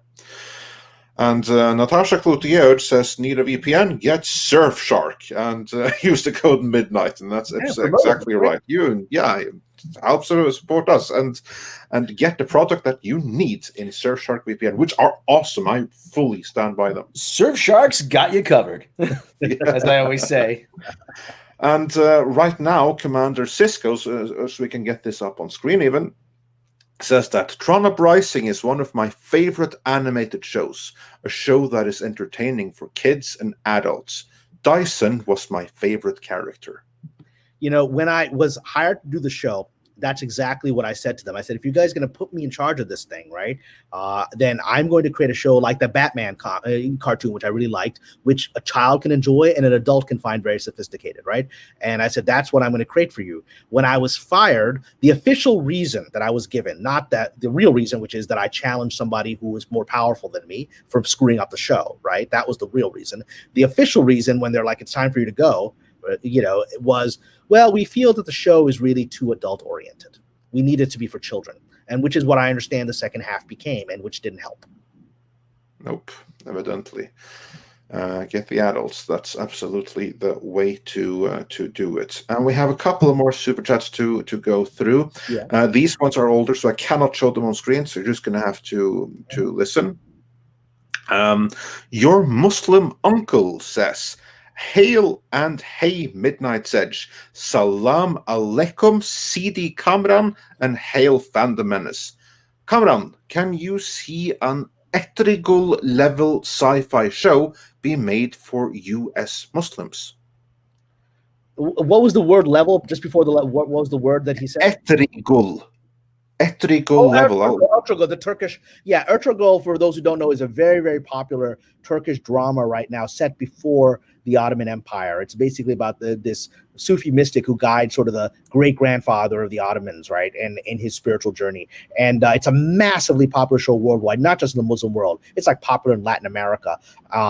Look, I think that all of those shows have the potential to be adapted. I've actually attempted to adapt one of the most popular Turkish dramas set in the Ottoman Empire, and ultimately the producer of it didn't want to make a deal because he thought he could get a better deal. He still hasn't, and so I ended up just writing my own version without him. So hopefully that'll get on the air. So there's a lot of great stuff coming out of Turkey right now. They still haven't figured out how to navigate Hollywood because there's a lot of ego there, because the Turkish dramas are massively successful in the Middle East and throughout the world. They just haven't penetrated Hollywood. And when they come to Hollywood, they come in saying, well, I'm the boss because, I have 300 million people watching my show worldwide. I was like, yeah, but nobody in America has heard of you. No one watched Ertugrul in America, right? And so it has no power here. And so the challenge is trying to get through this disconnect, these wonderful films and stories that come out of Turkey, and the people behind them don't seem to grasp how to interact with Hollywood properly. So that's a challenge. There you go. And then we have someone who says, "Good show, guys. Love to hear Andre try to say my name." And and his name appears to be Camilo Villegas. But here's like the thing. I don't know if this is supposed to be pronounced in a Spanish way, French way, or if it's Americanized. So I'm just guessing here, but I'm going to guess Camilo Villegas, Spanish way. And then Bogue says, "Kamran, you knew about Weinstein. Can you tell us what other open secrets Hollywood hasn't divulged?" Well, if they're open secrets, I don't. I don't. I mean, I think that there's there's a lot. I mean, again, I have to be careful. I actually, I'm not. Be careful. Like, I'm not going to care. It'll strike down the channel. There's a lot. I will, without naming any names. There's just a lot of really shady stuff here that people know about, that people talk about. There's a lot of horrific stuff. I mean, there's abuse. You should go to Open Secret, which talks about the pedophilia in Hollywood. It's a documentary. Just go there. There's a lot of terrible stuff out there that this industry is involved in, and I just want to go deeper into it. Well, the other thing, please don't, because we don't want to be struck down. So all I'll say is watch Family Guy. Seth MacFarlane throws a few in jokes in it about that. So we'll leave it at that. There's a lot of bad stuff out there. This industry has a lot of darkness. Yeah, we don't need to go into it here. It's just Yeah. And Willie Woodwood wonders, so Mr. Pasha, what episodes you worked on? IMDb says you only done 2, presumably. IMDb is wrong. I actually supervised the first half of the show, and I rewrote every single script. So, I think we're probably about 7 or 8, the first half. And so every single script ultimately had brilliant writers, but I did a final pass on every single one of them. So it's the way IMDb works is you don't get credit for a lot of things. You'll see that my wonderful show that I did with Oliver Stone is not on IMDb. IMDb often is erroneous. I have friends of mine whose IMDb has been mixed up with an actor's. And so, everyone, he's got all these acting credits and all of his writing credits are wrong. So IMDb is not accurate often. And it's certainly not accurate about my stuff. But yeah, I was the head writer of Tron Uprising. I hired the writing staff, and I rewrote every single one of the episodes that I was there until I was fired, which is the first half of the season. Yeah, and there you go. And Ironcaster, in reference to what we said earlier about movie curses, asks, what about the poltergeist curse? Well, you never know about that one. I chalk that up to an incredible string of coincidences, really. And I'm going to now go a little weirdo on you, okay? I actually do believe in that, and I actually believe there was a curse on the Exorcist set. I'm a Sufi mystic, so I believe all kinds of interesting things. But yeah, there is an occult element of Hollywood that's real. And again, I don't want to go deep into it, but it's not just rumors. I've crossed that world where I've seen that there really is occult and ritual and weirdo spiritual practices by people, what we would call black magic. It's a real thing in the dark parts of this town. And I do think there was energies of that involved in Poltergeist. On Exorcist, the director, William Friedkin, and I was blown away. William Friedkin one day followed me on Twitter. I was like, why is William Friedkin following me on Twitter? I don't know. I sent him a DM saying, sir, you're one of the greatest filmmakers of all time. And he responded, well, thank you very much. I was like, why the hell is William Friedkin? But William Friedkin has been very open about the fact that there were strange paranormal things that happened on The Exorcist. He actually had the crew stop working on The Exorcist because they believed that there was an actual entity on the set that had been summoned by the film, and so he actually had he would not work on the film until he called in an actual Catholic exorcist to bless the set, and then they came back. And Friedkin has since then, and I've heard him talk about it publicly. He has since then said, that, and this is an unusual thing for Hollywood directors. Most people are like, I don't believe in God. I don't believe in this stuff. He's like, I believe in possession. He's done documentaries. He did a recent one about how possession is a worldwide phenomenon. Every religion, exorcism is a worldwide phenomenon. And so there is another, you don't have to believe it. I believe it because of my own experiences. There is a paranormal element to Hollywood that's real. And I do believe it can appear in these unfortunate situations. Yeah, there you go. So there's apparently 2 kind of curses there.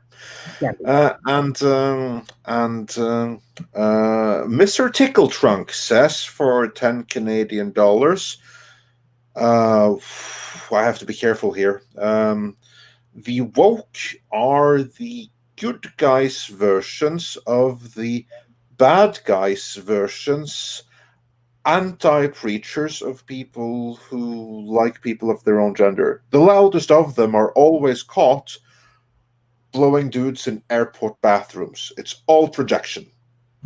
There's truth to that. There's definitely truth to projection and people people hiding their own sins and accusing you of them. It's part of human nature. I did nothing wrong in the Minneapolis airport. Okay, that's a dated joke. So yeah. And Hurin the Steadfast says, I really want to see 1981's Excalibur 3-hour cut. I didn't know there was such a thing. I didn't know either. But Excalibur is a superb movie, so if that exists, I'd love to see it too. Yeah. I just like to say that I asked Cameron, you guys, do you consider that the definitive film version of the King Arthur mythos, or is there anything else we should you could suggest? Because I consider that the definitive King Arthur movie, besides Monty Python and the Holy Grail. So I love it. I don't know if anything is definitive. I'm hoping that an even better version of that story is told. Right, that's to me still one of the most remarkable ways of telling that story, and I enjoyed it. There's other efforts. There was First Night and others trying to tell it from Lancelot's point of view. It's. I would love to see it exceeded. So far, I don't think it has been exceeded. There was an interesting one with Keira Knightley where they tried to do like the true origins of Arthur's story, where Arthur is actually a Roman general and Merlin is like a druid or whatever, like the origins of where these mythological characters came from. That was an enjoyable movie and might even have some historical truth to it.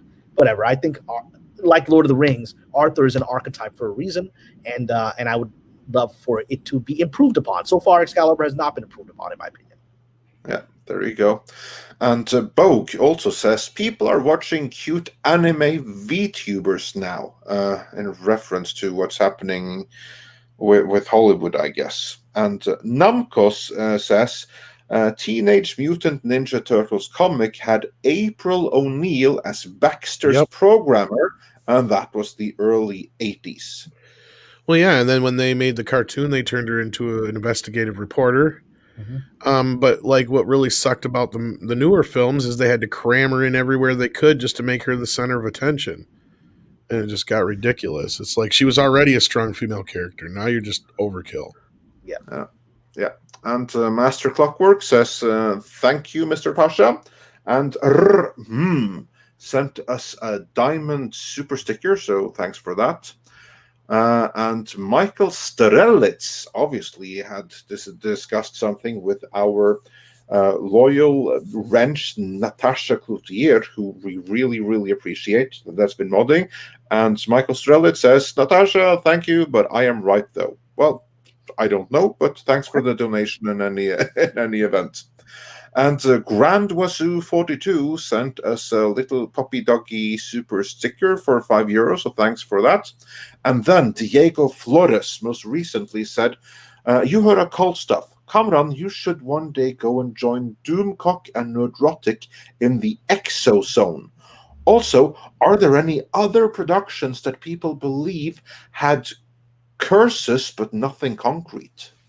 I can answer both those things. One is yesterday I actually joined Doomcock for the very first time on his Harvey channel to do just a talk about everything from movies, Star Wars to paranormal. I talked about the actual one time in my life that I actually saw a UFO. So I sort of did my own little mini exozone, and hopefully I'll be able to talk more about paranormal things in the future with him and come onto his exozone. So if you haven't seen that, you can see that talk on Doomcock's Harvey channel.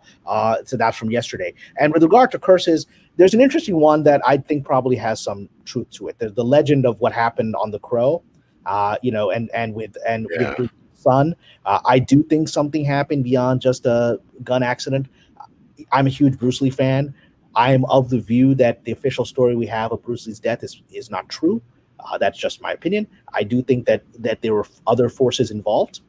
The funny thing is, I was once asked a few years ago by a studio. They were using the facial recreation technology we saw with that we invented on Tron Legacy with Jeff Bridges, and that has now been advanced with Leia and now with Luke in The Mandalorian. They wanted to use that technology to bring Bruce Lee back to life in a film, and I came in and pitched the studio head an epic, because they wanted to have Will Smith and Bruce Lee in a movie together using the technology. And Will Smith, how would we do that? And I came up with this story of Bruce Lee being part of this sort of legendary occult tradition, of the dragon, where it's like the Jedi, he passes on his wisdom, and then he's killed by these occult forces before he could pass on to the next Jedi, right? Who would be Will Smith as a child, and later Will Smith grows, and the spirit of Bruce Lee comes and guides him to his destiny. That was what I pitched, and I was very excited about that pitch. And then the studio exec looked at me and goes, "Yeah, that's too serious. We just want to do a dumb buddy comedy with Bruce Lee as the butt of the joke."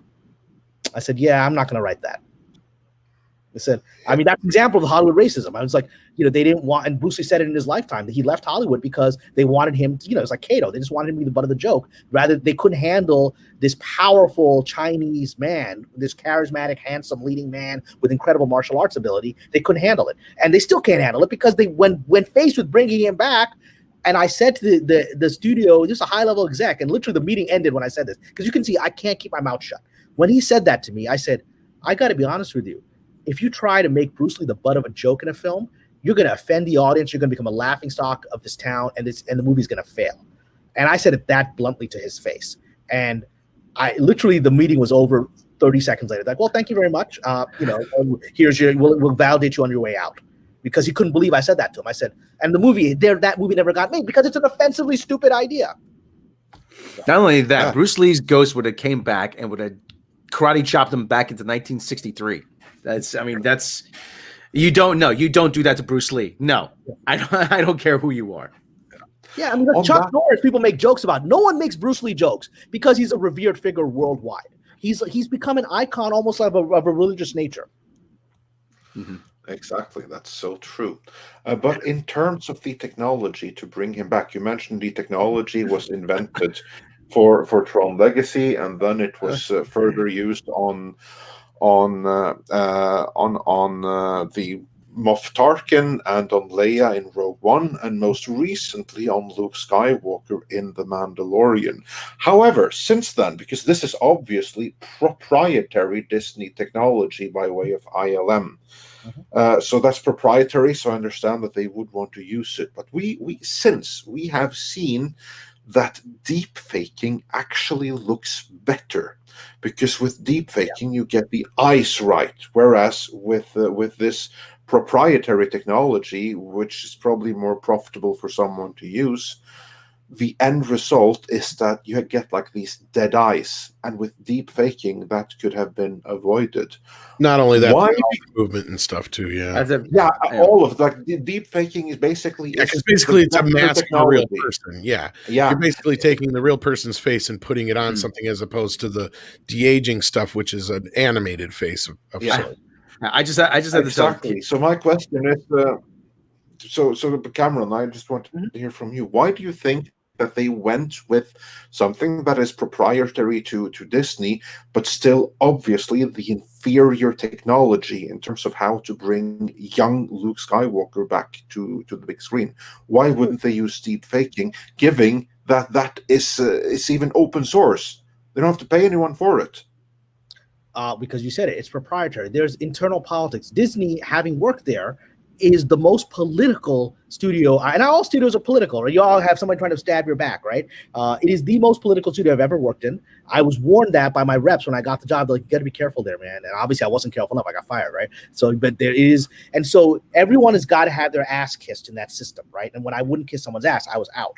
So because exactly this, I said, it is better for us to get this person who's adding no value in the process out of the way, so we stop losing money on producing this Tron animated show. And they're like, oh, confront that guy and create drama internally, or lose money? We'll take losing money. That's what they chose, right? And so that's how it always comes down to. This is a proprietary technology. Had they gone outside of this, whatever the internal technology, however the relationships are, and to use deepfake, like you said, they could have done it for cheap, for free.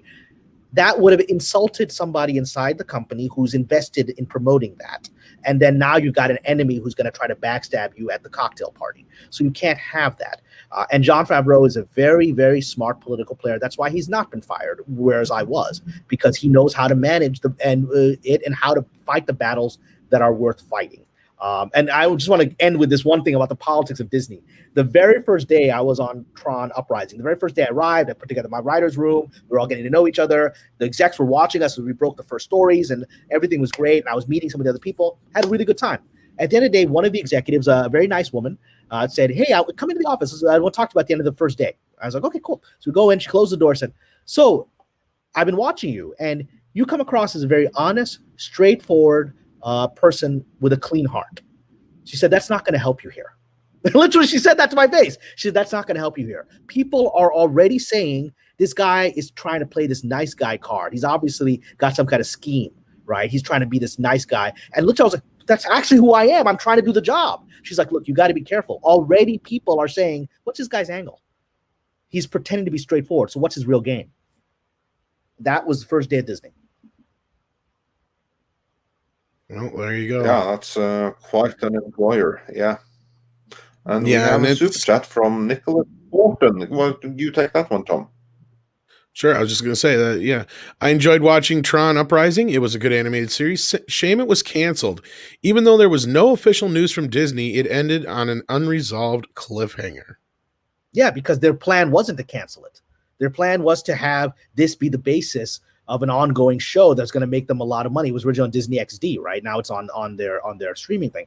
And I told them, if you go down the road you're currently on, this show will not survive past season 1. You will lose so much money on it, and you won't get the viewers that you want with the direction you're going in, that you're not going to renew the show, and it's going to be a loss for everyone. You'll have wasted all of this. And they're like, well, thank you very much. You can pack up your stuff. You can leave. And everything I said happened. Yeah, and I mean, my understanding of the show was it was basically supposed to keep interest going between films anyway, and they just kind of flubbed the whole thing, like to me. Yeah. And then everyone is happy at the cocktail parties. Yeah. So. Then Read by Nature says, Cameron, have you considered making your own projects centered on historical character your coworkers forced you out of? Well, I'm actually developing, like I mentioned, I was trying to get the rights to do this Turkish drama set in the Ottoman Empire. I wasn't able to close that, so I'm like, all right. So I developed my own historical drama on the Ottoman Empire, and so that character is going to be in there. But hopefully, we'll be able to get. This town has been shut down for pitches for months. I'm hoping, I have a finished script and I have a director attached to it and a major studio. So I'm just waiting for word as to when we can put it out there to Netflix or Hulu or whatever and see what happens. And hopefully, God willing, I'll sell it. But this town is what it is. Yeah.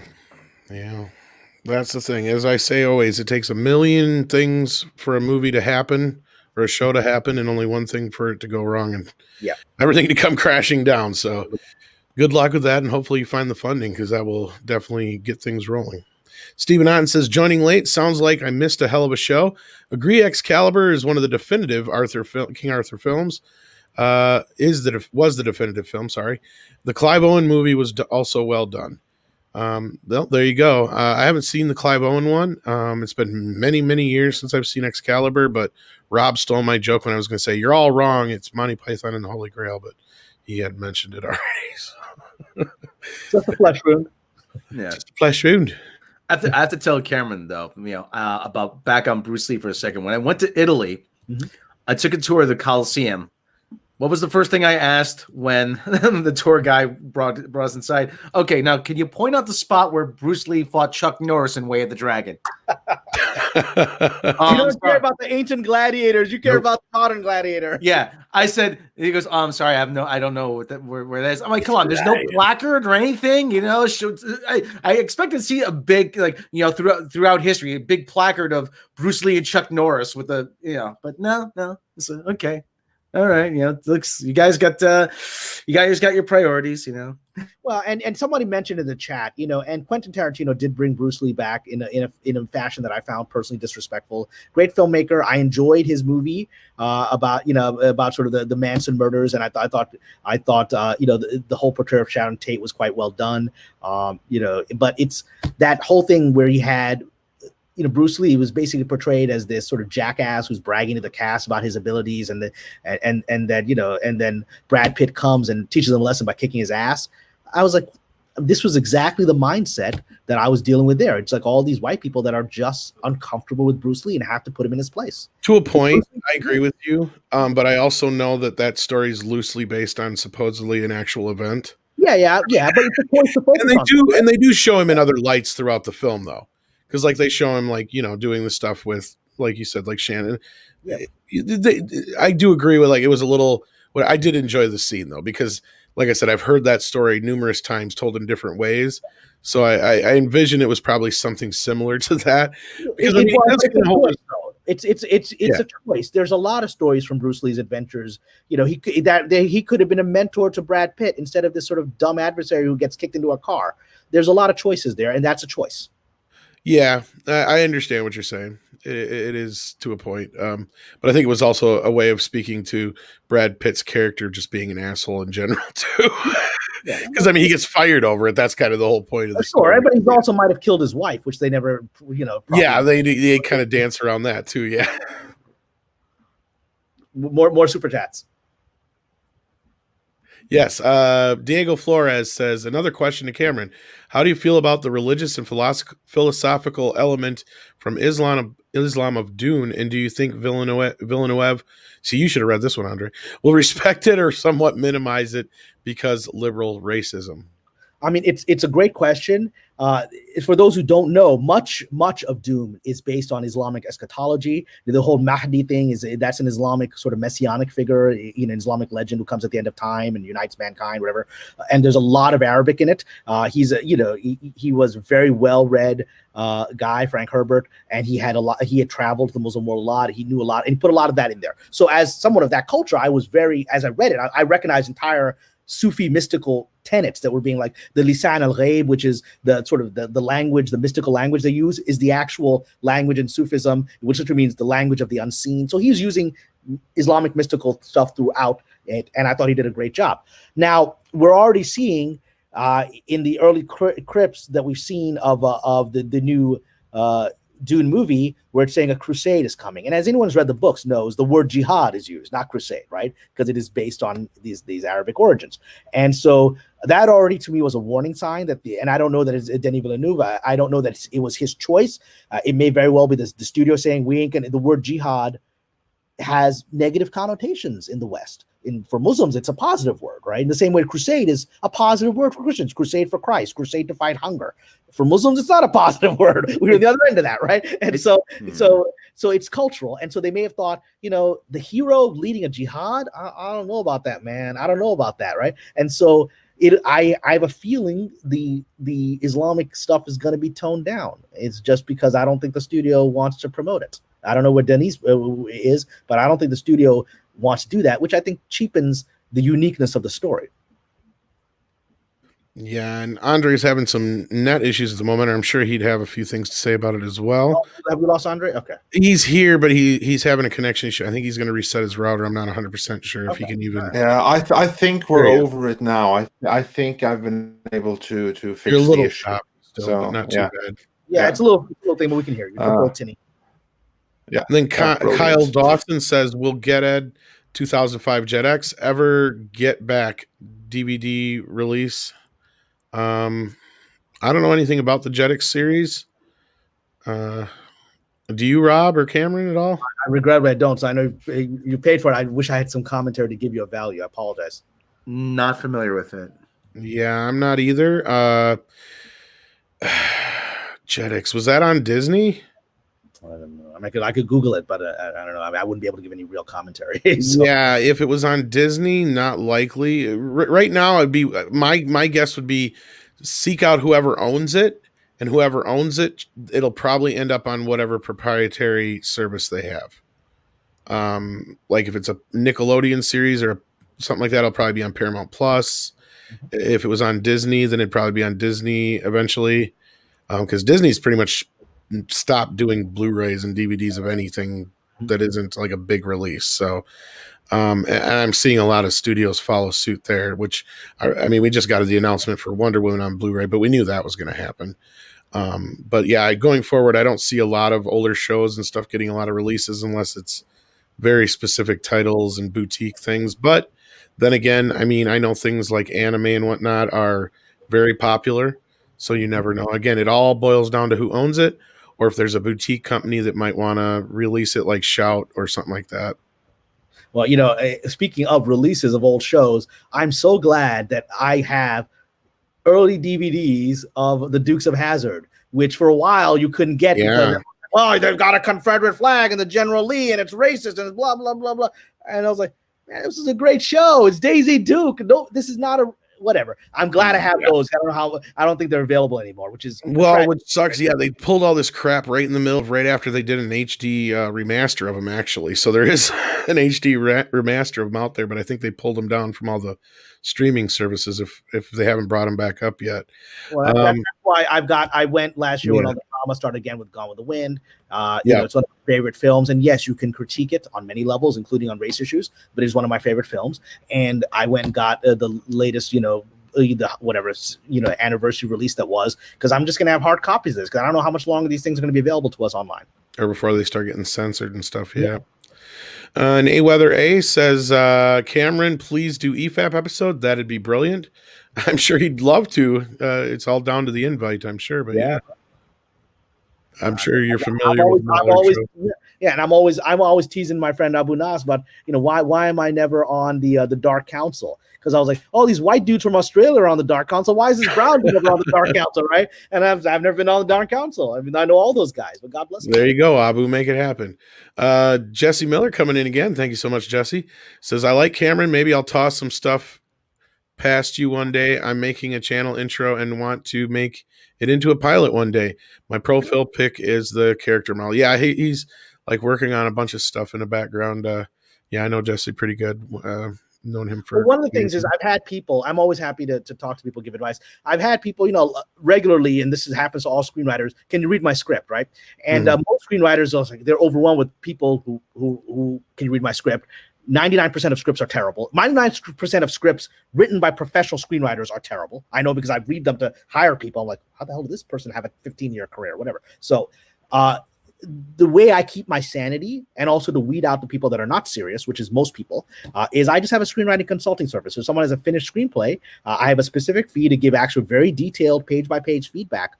And 99% of people, when I tell them I have a screenwriting consulting service, because they just want you to read the script for free and spend several hours on the phone with them of time that you could be doing to do your own stuff and make money, right? They just will go away. They're like, oh, they take offense. Like, you don't want to read my brilliant script. I'm like, no, here's my fee, and I'll charge, and then I'll actually give you feedback. The few people that have ever taken advantage of it always had solid scripts and then went on to actually do something with those scripts. So, you know, it's actually a way I keep my life sane and allow professionals to come to me. Because if you're not willing to pay a professional screenwriter for a consulting advice, you're not actually a serious person. Well, I'm assuming you're probably pretty fair compared to most of the industry, because like you're saying, this is actually an industry standard thing. I know Script Doctor actually does it too as well professionally. So yeah, my rates are pretty low, but just saying that makes 99% of people go away. Right. All right, good. Like, if you don't value my time, I don't really have time for your stuff. So no, and that's totally fair. You know, as the Joker says, if you're good at something, never do it for free. Don Ford says Paul didn't lead a jihad. It was solely the Freeman view of what was happening. Paul detested the religious connotations of what was happening.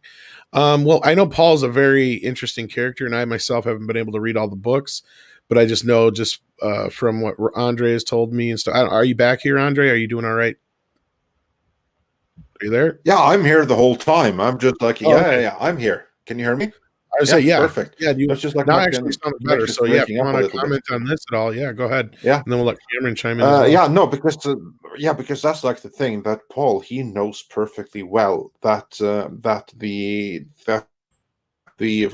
religion has been used to basically mislead the Fremen. I'm not talking about every single detail of their faith, because that's part of like later installed Dune lore, that they were always Buddhislamics. But then came the manipulative Bene Gesserit witches, as they are disaffectionately called, and they spread their own prophecies of a Messiah that they mixed in with their faith, polluting it with something that was never there about a. Yeah, exactly. Their plan to take over. And Paul is very, very well aware of this, that these people, they think that I am their prophesized savior. But I know that those prophecies were planted by my mother's ancestors, and it was done only for manipulation. But still, the end result is that these people have been completely radicalized. And if I now go in and I fulfill this role, which my conscience kind of tells me to do, then that's going to lead to nothing but bloodshed and disaster later on. Then I'll set a course in motion that I can't stop. And he goes ahead and he does it anyway. So Paul is not a hero because he knows that he is doing something that very little good will come out of. And so he he's a controversial figure in that way. He's a complex he guy. does. He does. Ultimately, he has megalomania inside of him that's released, right? And so, that's what the brilliance of Herbert is, that these are all complicated people. There's really no heroes. There are some villains, but there's really no heroes here. They're just complex human beings. Exactly. It's different points of view. Yeah. That's what it is. Different points of view, but certainly no heroes. Yeah. Mm-hmm.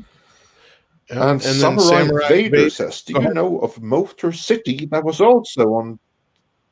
Yeah. Do you know of Motor City that was also on Disney XD? I think there's some delay here, but yeah. I'm not. Yeah, I think you're next. Kamran, do you know of Motor City? I'm not familiar with it. Regrettably, Samurai Vader very graciously donated, but I don't have any perspective to give on it because I'm not familiar with it. Yeah, and unless Rob knows anything either, no, I can't help you much on that one. Sorry. I wish I could have. I don't keep up with a lot of the Disney XD shows. What I do know generally comes from my kid, and he's an adult now. So, yeah. Sorry about that. Then Willie Woodward says, "Where can I find a screenwriting consulting service?" Well, you just talked about yours. How would you find that online, Cameron? Well, there's two ways. One, you can DM me on Twitter, which is my name, CamranPasha.com, and you can just send me a DM and we can chat about it. You can also go to my website, again, CamranPasha.com, right? You go to that website. There's a contact button. You hit that, and then it sends me an email directly to my email. You have to fill out little forms asking what you want, and then we'll chat. I'll lay out my rates, and if you're serious, we'll get into it. And so for everyone who's actually bothered to get my professional advice has benefited from it. And everyone who's done it has actually had a decent script, and so it's a good way to winnow out the crazies. Right, and if you're somebody who's really serious about it, that's the way it goes. Yeah, it's one of those things that costs money, but I know I've talked to Willie personally about a lot of that kind of stuff. It's tough to do. I don't encourage anybody to put their own money into projects, but things like this level, you have to start somewhere. So, again, yeah, this might be one of those things you may have to do. So There you go. But yeah, that's how you find Cameron. And was there any more super chats, Andre? Or we're all caught up? All right.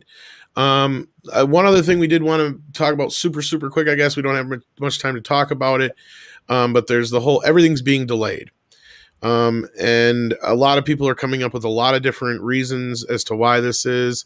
I can kind of give everybody at least my take on it, what I see from my point of view as what's going on here. You have basically, now that the election's over, they know they're going to get bailed out. There's no incentive to really drop a lot of this stuff on any streaming services or take a huge loss on any of these things that they could normally make more money at the box office. They'll rather wait.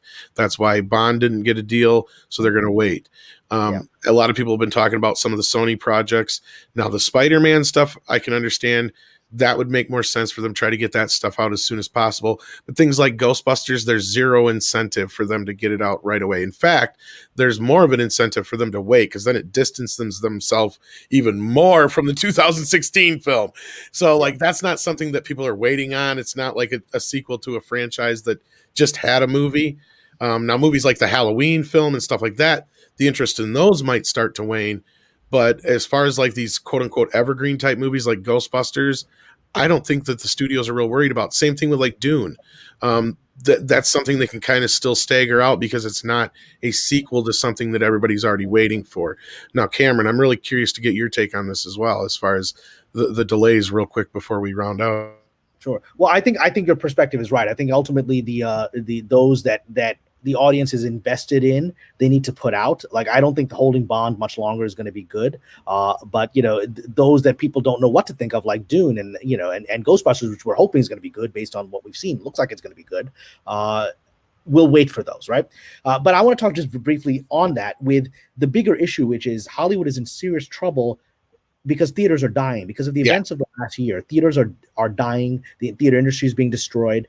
I went to see this horrific Wonder Woman 84 in a sort of ad hoc drive-in that had been set up in Hollywood, basically in a parking lot, and it projected onto a wall, right? And it was a terrible movie, and I paid $60 to see that with a friend, right?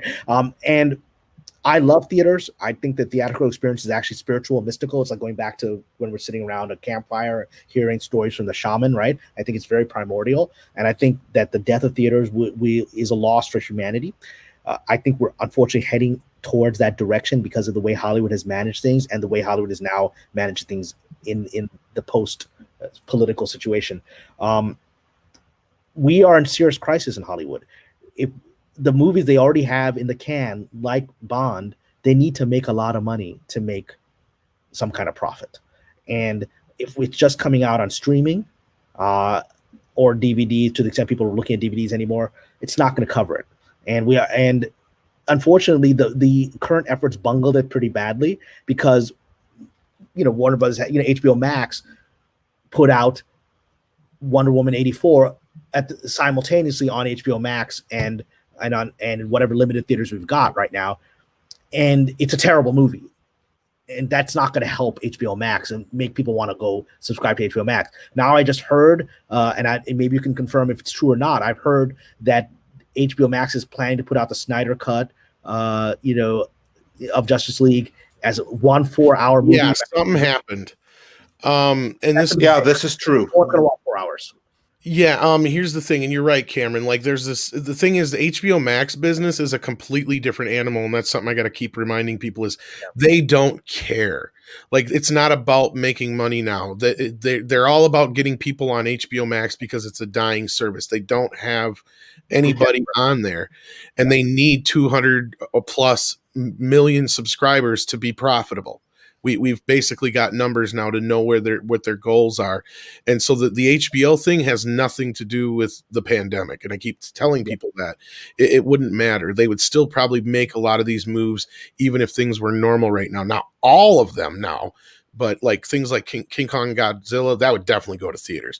But now Wonder Woman, there had been a chance they might have just said fuck it and threw it on HBO Max. And you're right, Cameron, because they knew it was a piece of shit. They knew it was garbage. And it actually covered their asses for the cocktail party is that they don't have to tell Patty Jenkins we put it on HBO Max because we don't believe in their movie, right? And so now the cocktail party is going to be comfortable. But yeah, they might have they were prevented from the Sophie's Choice by World Events. But you're absolutely right. Your analysis of HBO Max. I have no interest in subscribing to it. I didn't subscribe to Disney XD until they fixed Luke Skywalker, and now I do, and I'm actually enjoying the things that I'm finding on Disney Plus. I'm enjoying it now. I don't think there's no reason for me to do HBO Max. I'm just not interested. And if those are our options, I think we're going to be in a serious crisis this year. And I'm hoping that the internal pressure cooker of this situation forces us to start making some rational choices about how we're going to pursue both filmmaking as a craft and as a business in this next year. Because this industry is, if we're going to continue to live in utter terror of interacting with each other due to health issues, then we will not have a film or television industry very shortly. It's just not going to be economically feasible. And the problem is that the unions, and I'm a member of a union, and I've been very critical of my union, the Writers Guild. I mean, I've made a lot of enemies. I already have so many enemies. Famous writers know who I am because I've been critical of the Writers Guild publicly, whatever. But so the Writers Guild, all these people, everyone is putting all these very onerous rules on how to manage a set under the current environment, or at least the current fears. And those are getting things canceled. As I mentioned, the shows are getting canceled because they can't do it. And they're making it very difficult for actual production that goes forward with it. It becomes very expensive and time consuming. And no one is willing to say, well, maybe are we overblowing our fears of this thing? Because everyone's afraid of being put in the Salem witch trial thing of saying you just want to kill grandma, right? And how dare you? Everyone's afraid. No one really believes this thing is going to kill all of them. They all believe everyone else does. And so they're all terrified of what the other person is going to do and is going to report them to the virus police. Well, that was kind of what Tom Cruise was going off about. Exactly. And we see the pictures. Mr. Cruise violated social distancing earlier on in the film with his co-stars, right? There's photos of it. But he had to make this drama with these poor crew members whose crime was they were a little close together looking at a monitor. Guess what? They have to look at the monitor. That's the job. They have to watch this monitor, and they can't do it through binoculars. They have to get a little closer to each other. And the fact that everyone is so utterly terrified, in my opinion, due to mass psychosis at this point, right? Whatever the origins of this virus, or whatever was done properly and improperly, at this point, in my opinion, it's become a mass psychosis in handling it. And that was Tom Cruise. He was virtue signaling. He wanted to stop doing that. Will you allow me to, if you allow me to be bold just for a second, Cameron, but I do know we need to wrap up here. But I think a bigger part of this isn't even, it is that too. I'm sure you're right. But I also see it from the outside as maybe it's a lot of the people who will become irrelevant if this goes on and on and on, because what we have here is a situation like, look, what's pissing a lot of people off isn't so much like they care about what, the Hollywood studios are doing. It's that they're not basically they're not what's the word I'm looking for? Help me out here, Rob. Not necessarily. They're not necessary. They're not somebody we need right now to be working. They're not essential workers. Essential workers. Necessities. Essential workers was the fucking word I was looking for. Thank you. I couldn't remember the word they keep using. So like, that's part of it I see. So like someone like you, Cameron, who like, you know what? Hollywood goes up in flames tomorrow. You can go write some books and probably be okay for the rest of your life. A lot of these actors though, they ain't going to be able to do that. A lot of directors, there's not anything else out there for them to do. What are they going to do? Direct traffic? Exactly. Most directors can't write. We've been through this process recently of like Patty Jenkins trying to write something she didn't know how to do it. Without a screenwriter, they got nothing to act on.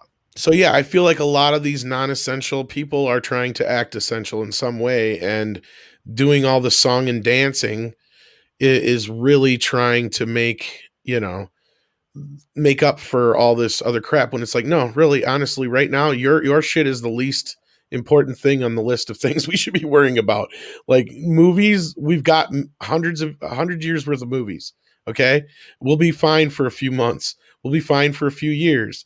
It's like, and then people are panicking about movies not coming out. It's like, honestly, it warms me to hear you say the things you do, Cameron, because we got a lot of blowback from one of our videos we did when we said, the theaters, or the Hollywood needs the theaters more than the theaters need Hollywood. And it's obvious, no matter how they want to play it, no matter how they want to pretend and peacock around it, they still need the venue. And that's what it boils down to, is that video and things like this are never going to make up for the amount of money they need to cover the kind of budgets they spend right now. So the only logical solution is either A, help the theaters out and get this thing going and getting things back to normal, or B, change the way they do things. And as I like to say, Hollywood doesn't like to spend less money. And I'm sure you know what I mean when I say that. They don't like to change. They talk about us having white comfort, but they're the ones that are so used to living in this white comfort. That's the last thing they want to give up. Everyone has quotes. No one wants I got paid $5 million for my last movie. You're telling me I can only make $500,000 on this one because of the budget? No, I'm not going to do it. Right? Everyone has quotes, right? Nobody wants to go backwards. And so and the unions have minimums that you establish, which also create this sort of pressure that you have to of the budget. One thing I want to address, because you talked about, you got a lot of feedback. I already see in the chat there's some angry people that don't like my views on the situation. You are free to disagree with me. I will not back down from my views on this, and I'm not interested in debating them here and bringing negative energy to Andre's channel. Those are my views, and yes, I believe it is a mass psychosis. And you don't agree with that? There's a lot of insults that I see being thrown at me in the chat. I'm glad you see it differently. If you've seen the person walking behind me, that's my 77-year-old mom. I take care of my mom. Right? I live with her. I take care of her, and thank God she's very healthy. And so anyone who says, if there are people saying, you've got all this first person, disconnection from this virus, my mom is, if there's anyone who's vulnerable to it, it's my mom. And so I'm still sharing my views. Right? So please, you can make your personal attacks, but my views remain what they are based on my life experience and my knowledge. If you have different information, God bless you. Go follow your path. Well, I'll tell some people right now, and I'm sure Natasha's trying to keep up as well as I am. You're free to put your views out there, but if you're going to be name calling and just being nasty, you're going to get put in timeout. You're going to get put in a corner. I'm just telling you now. So just be good. You can disagree, but don't be name calling and stuff. Good, the majority of society is with you. The majority of my industry says what you're saying, even if they don't believe it. So you're in good company. But no, for the most part, though, I do want to say I've seen a lot of positivity in the chat as well. Yes, and a lot of people have been throwing you a lot of love, and they agree with you, and they do agree with some of the views you have. So And again, it's one of those things where it's not about, I don't think it's so much about a religion or even race or even sex for that matter. It's just more about, we just want good stories. We just want good entertainment. We don't care who's necessarily telling them or who's in them. We just want something interesting that, especially if it's in the world of Star Wars, Star Trek, what have you, that is in the vein of those properties and not just for their Marxist agenda, basically. Yeah. Absolutely. So I think we have another chat here. Yes, we do. Andre, did you want to grab it or? Yeah, sure, I can grab it. Tiberius Monk says, I went on a break, and this stream is still on by the power of Grayskull. I dubbed this stream Midnight's Kamran Edge in the morning. Great streamo. I'm functioning on not enough sleep. This is all where my energy is coming from. I'm like half awake right now. Well, I want to thank you because, we know you. This is off your schedule, and not only that, you've stuck with us now for 3 hours. We didn't expect that, and we want to thank you for that. And I think we're all caught up on super chats for the most part. Yeah, we are indeed. It says, as Bill said once, be excellent to each other. Yeah, there you go. And I'm sorry that I had to dip out a bit there, but my connection was breaking up. I guess that everyone is Netflixing or something like that here locally right now. But yeah, might as well Netflix. Yeah, but I think I'm back again now. At least. Well, is it true what I'm hearing about that? I don't know if it's just affecting you over there necessarily, but I heard that there's a lot of the area over there that's going to get shut down again too, Andre. Yeah, I'm in it. That's what I was wondering. Yeah. Time to move to Stockholm, buddy. Time to move to Stockholm, Oslo. I think I told you, I've been to Oslo. Lovely city. But even when I visited, I was like, why is everything closed at 9 o'clock? Everyone's gone home. Why is the city when it was normal? So yeah, no, like right now we're going into like a proper lockdown again. And you know why? Because of one retirement home where 2 people, actually there were 20 people that got diagnosed with this new British variety, and they don't know how that arrived there. Well, next year it's going to be the Irish version. The year after that, it's going to be the Ukrainian version. Exactly. That's the thing. There's always, whenever they want it, they're going to pull this card. But the beauty is that so far it's only until Wednesday, and the only thing that happens is that. Yeah, right now kindergarten's closed, so that's kind of like a pain in the ass. But the stores and everything are still open. So the important thing that's still there. And here's Jillian sending some love for Cameron. Go ahead, Andre. Sorry. Yeah, and Jillian says, "You're fascinating and inspiring, Cameron. Forget the haters. All of you are so insightful, and you're right. No one should mess with Bruce Lee." Thank you, Jillian. Thank you very much. And, I actually love being on Midnight's Edge and on all the times when YouTubers invite me on, because honestly, in this last year with all that's happened, this has been my social life, right? Most of my friends are too afraid to meet. I'm not. Like I said, one friend was willing to meet. I had coffee with him a few days ago in my apartment, right? Most of them are too afraid. And a year later, they're still afraid, or they're afraid to at least be known to want to meet. So this is my human connection with the world, and the fact that we have such a gracious, wonderful chat base and followers here. Midnight's Edge always make me feel welcome. I thank you for that, because you're giving me my lifeline back into the world. Right. And we are very happy to do that. And also, I see many people are saying that through Midnight's Edge, and not just Midnight's Edge, but also Doomcock, Nerdrotic, and so many others in our community, we have helped keep people sane by providing a lifeline, providing a community when reality was taken away.